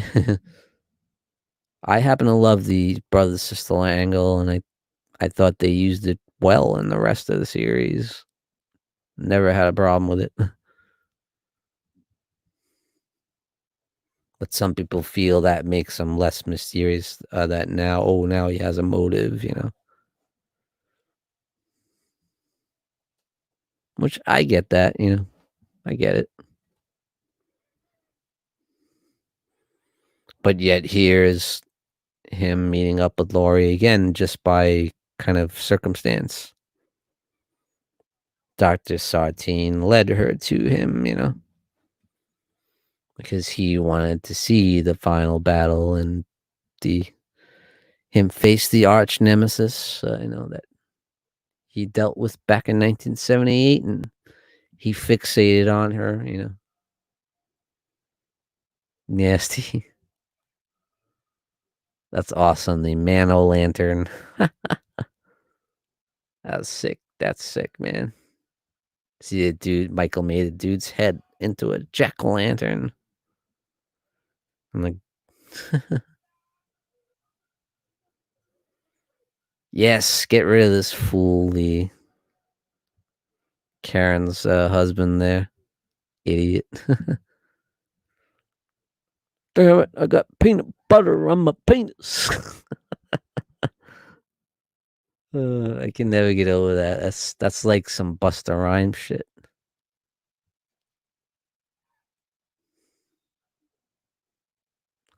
Trick or treat, motherfucker. That's right up there with that.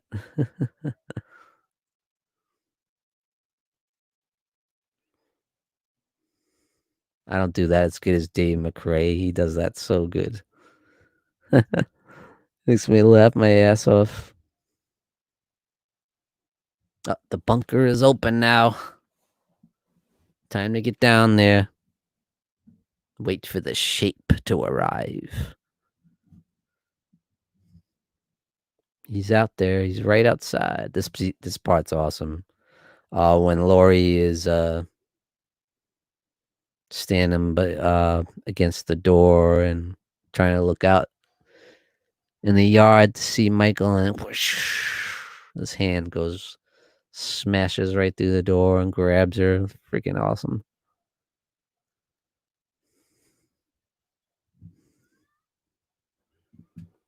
Badass scene, very intense.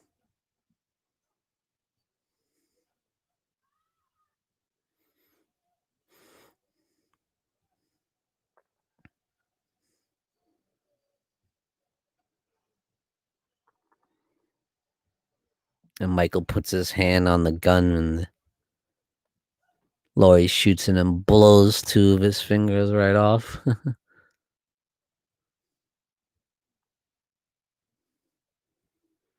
And I will say this third act is very suspenseful. I know I said earlier that there wasn't a whole lot of suspense in the movie, but they saved it kind of for the third act, really, because there is some pretty good suspense. When Laurie's looking around the house for Michael there.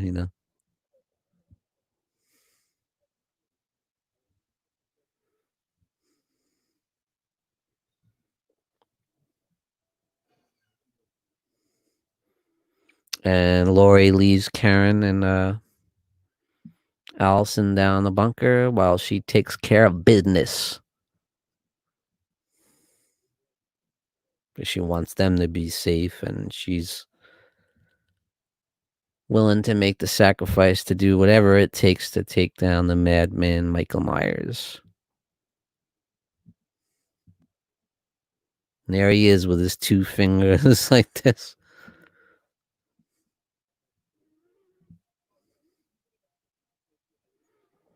He's waiting.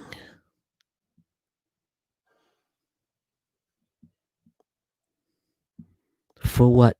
I don't know.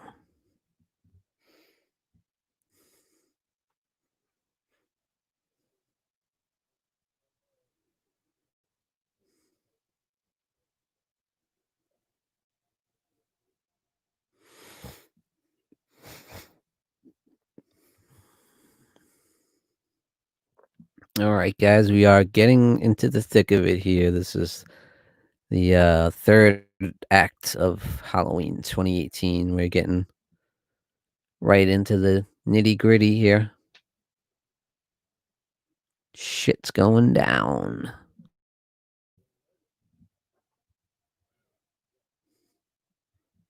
The iconic Laurie Strode is about to do battle once again with the shape. Will it be the final battle? Obviously not, because we have Halloween Kills coming up next year, not this year. Just thought I'd throw that at you once more. Damn it.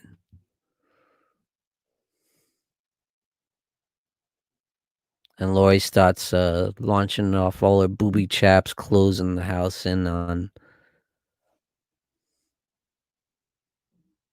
closing the trapdoor walls. She got this house rigged up good, boy.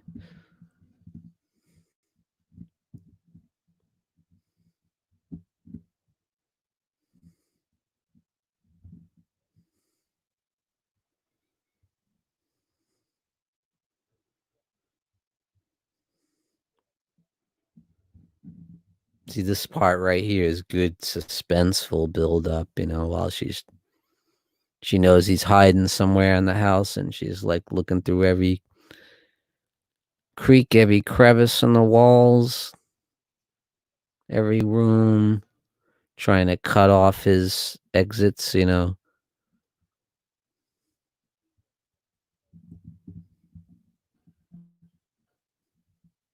She's got a rifle ready to go and the flashlight.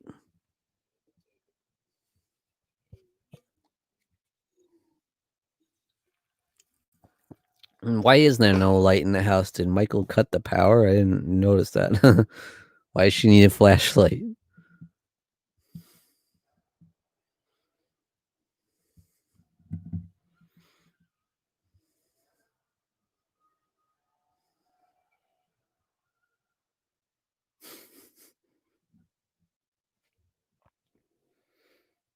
Allison just saw Laurie's collection of mannequins of that she shot out the heads and all that, and she's freaking out.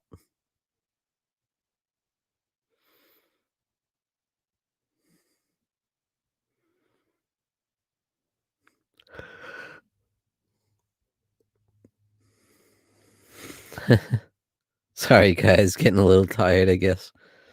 It is 1:30 in the morning. But I'm having fun here, doing live commentary here, live on YouTube, doing commentary on Halloween 2018, watching it with you guys out there. And thank you to everyone who's joined me in the chat this evening. Horror DVD Devil, Adam Paul Beaumont, the Late Horror Show, Death Central, Michael Myers 101. Thank you everybody who's joining me in the chat tonight and who's watching right now.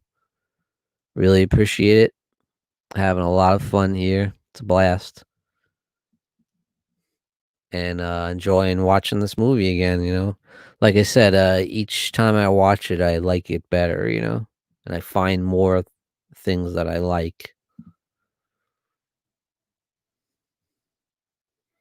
And then, of course, the things that bothered me before bother me even more now.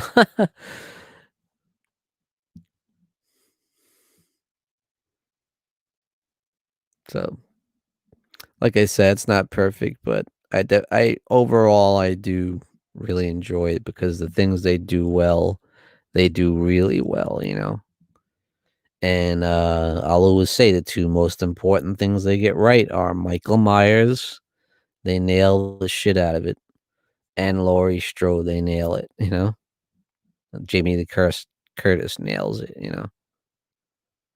Fantastic performance, fantastic job on Michael, bringing him back to that classic style, but still retaining that brutality that we've seen over the history of the franchise.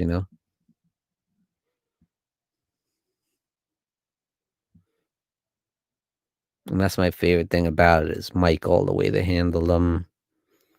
He's definitely a force to be reckoned with in this movie. He's scary. He's brutal. He's intense. That's Michael Myers to me. The way he's portrayed in this movie is just perfect. Can't say enough about James Jude Courtney's performance as Michael as well. Without him, I don't know if this film would work. His portrayal of Michael is spot on, perfect. And here we see him doing battle. Awesome scene, right? Michael just threw her ass off the balcony. And a scene very similar to the original film where Michael gets shot off the balcony and then Dr. Loomis looks out the window. And Laurie's like, "What's the boogeyman?" As a matter of fact, that was. And he looks out the window again and Michael's gone. Except this time Laurie's gone. So similar to the scene we saw earlier with the Alice in the classroom, that was an obvious nod to the original, and here's another obvious nod, and they just flip things around a little bit. Pretty cool. I like it.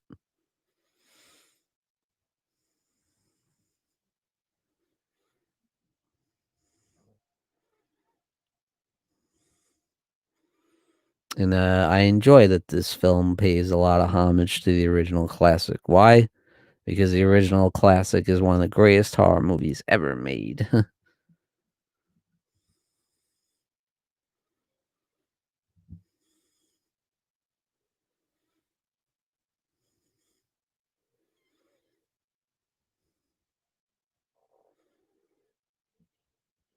He's like, Laurie's gone. Let's see what I can do. Let's see what damage I could do to Allison and Karen while I'm waiting for Laurie. And he finds out that they're hiding in that little bunker on the ground there. Like, how am I gonna pry this thing open, you know? And he grabs one of the fireplace poker things, you know.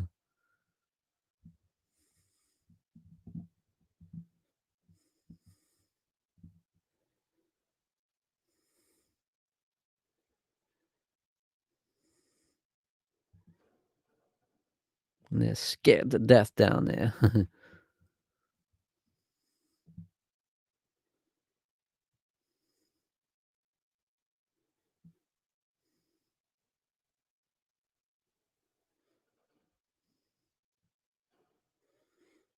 Michael's just like, screwed. I'm just gonna rip the damn thing apart. You know, just gonna rip it open.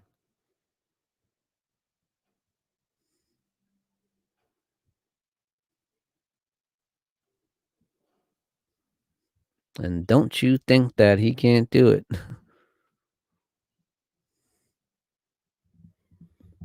We know the strength of Michael Myers has been well documented throughout the franchise. Is it supernatural strength? We don't know.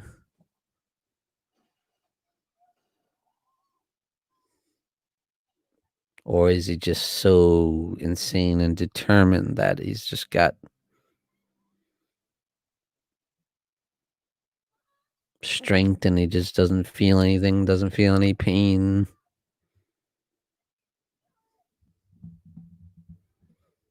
Could be that too, you know.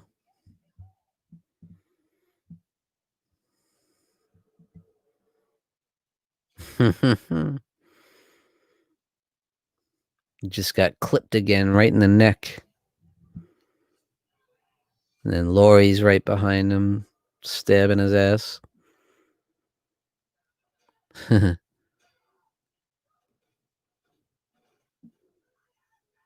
Right, he is classic Michael when James Dew Courtney falls down the stairs and does that lift up, you know. Nails it.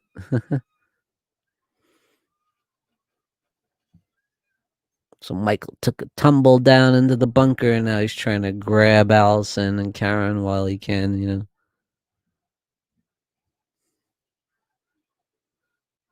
know. I tell you, Michael takes a beating in this movie, though. Getting his hands blown off, getting stabbed, getting shot all over the place. Shot in the neck, got shot in the shoulder, right up close. Dude got effed up. And for the final insult, he is now trapped in the bunker.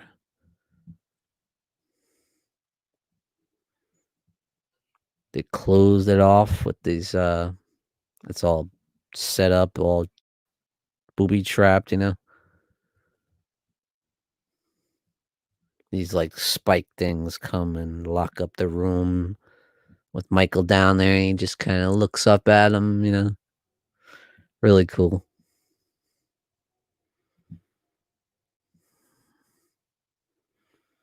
And he just stares, he doesn't care that it's just staring at Laurie, staring a hole in her. While the fire's burning in the background, ready to torch his ass up too.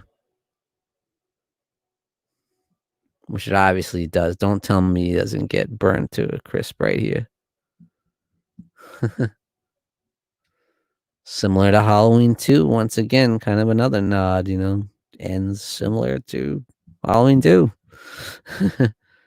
Seeing the hospital with Dr. Loomis and Michael, and he's like, "It's time, Michael."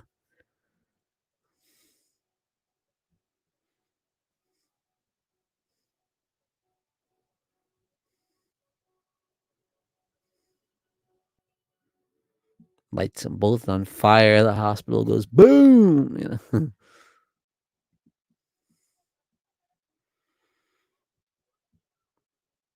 And I was shocked too that all three of them get away. I was like, damn. I expected at least one of them to buy it, buy the farm.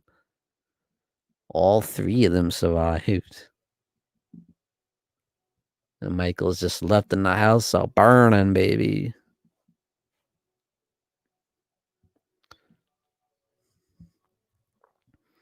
And then they show this, so they hitchhike in this random truck or whatever as it passes by. And then we saw that little clip, little teaser trailer a couple weeks ago of Halloween Kills. And we see them in the back of the truck, and we hear the fire engines, and they drive right past that vehicle with Lori and Allison and Karen in the back of the trucks, and when they're freaking out, no, don't let him burn, let him burn. It's like, come on, that house was blazing. There's no way he didn't get burned to a crisp. Long before those fire trucks ever would get. They show the whole house blazing. I mean, it's definitely not because the firemen put out the fire that Michael survived. No way. There's more to it than that, and I'm sure, obviously, we'll find out more about that in Halloween Kills, which doesn't come out until 2021.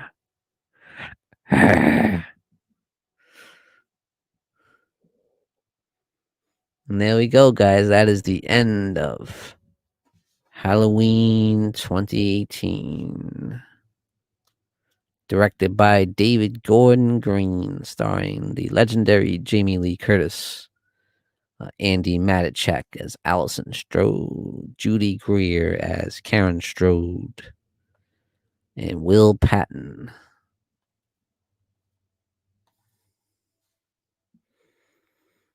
Definitely enjoy the film, guys. Like I said, I have a few issues with it, but overall, I definitely enjoy it. I feel like it was a solid return from Michael Myers and the Halloween franchise. It got it back on track and back in the mainstream. The film was definitely a big hit for Blumhouse, and basically is their bread and butter now. Did very well at the box office.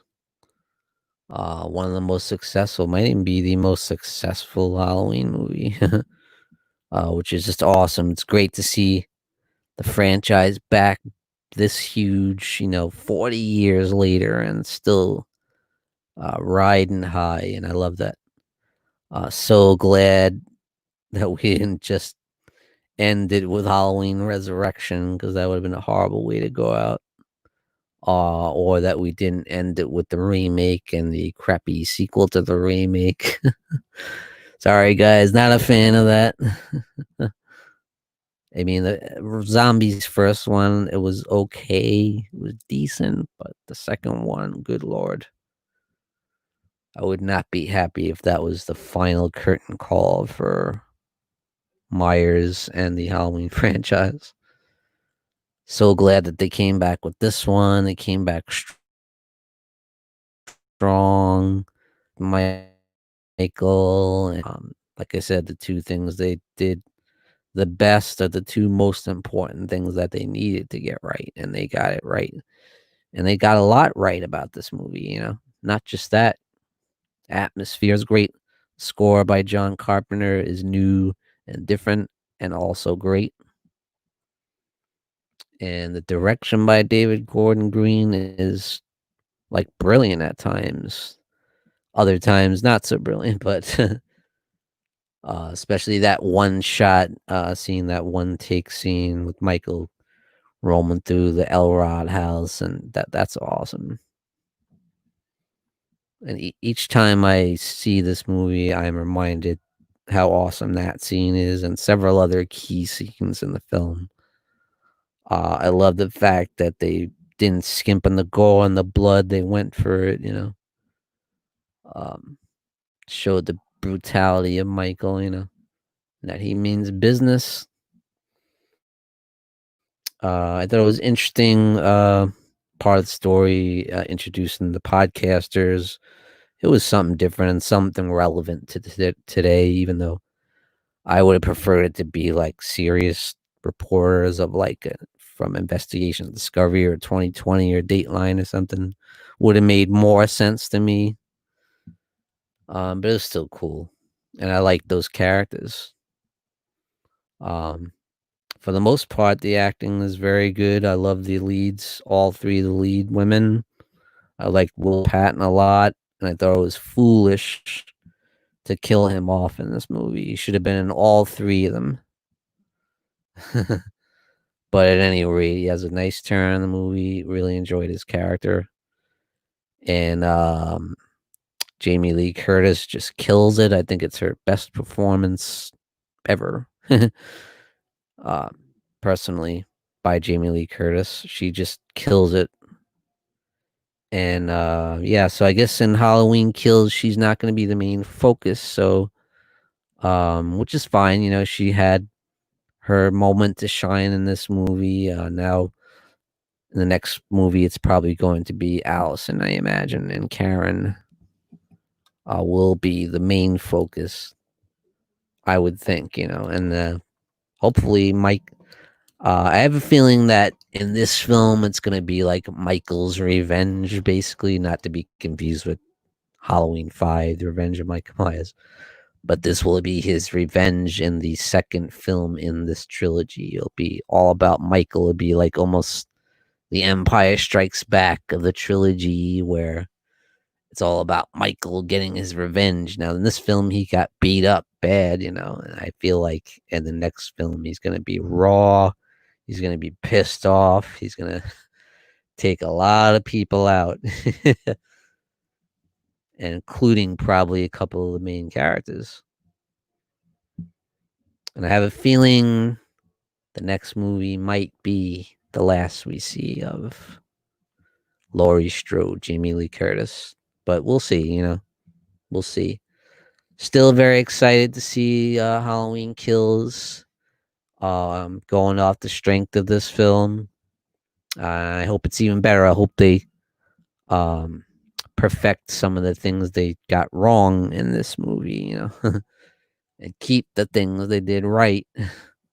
And I hope it's even better, Uh, it just sucks that we have to wait so long to see it.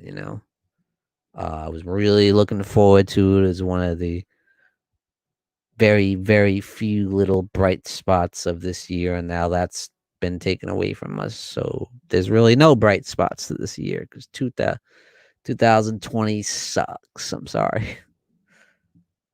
But at least I'm having fun with you guys, At least I get to still do this and do my YouTube thing. I have so much fun with you guys, and thank you everybody for joining me tonight. Everybody who joined me in the chat, everybody who's watching out there on YouTube, really had fun with this, and I hope you can enjoy watching the replay.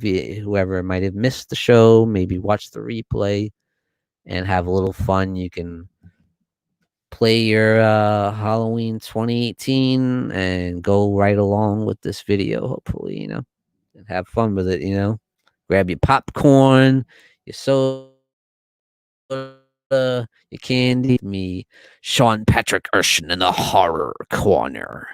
Tune in and stay scared. Thank you for joining me, guys. Have a great night. Have a great weekend. Cool hanging.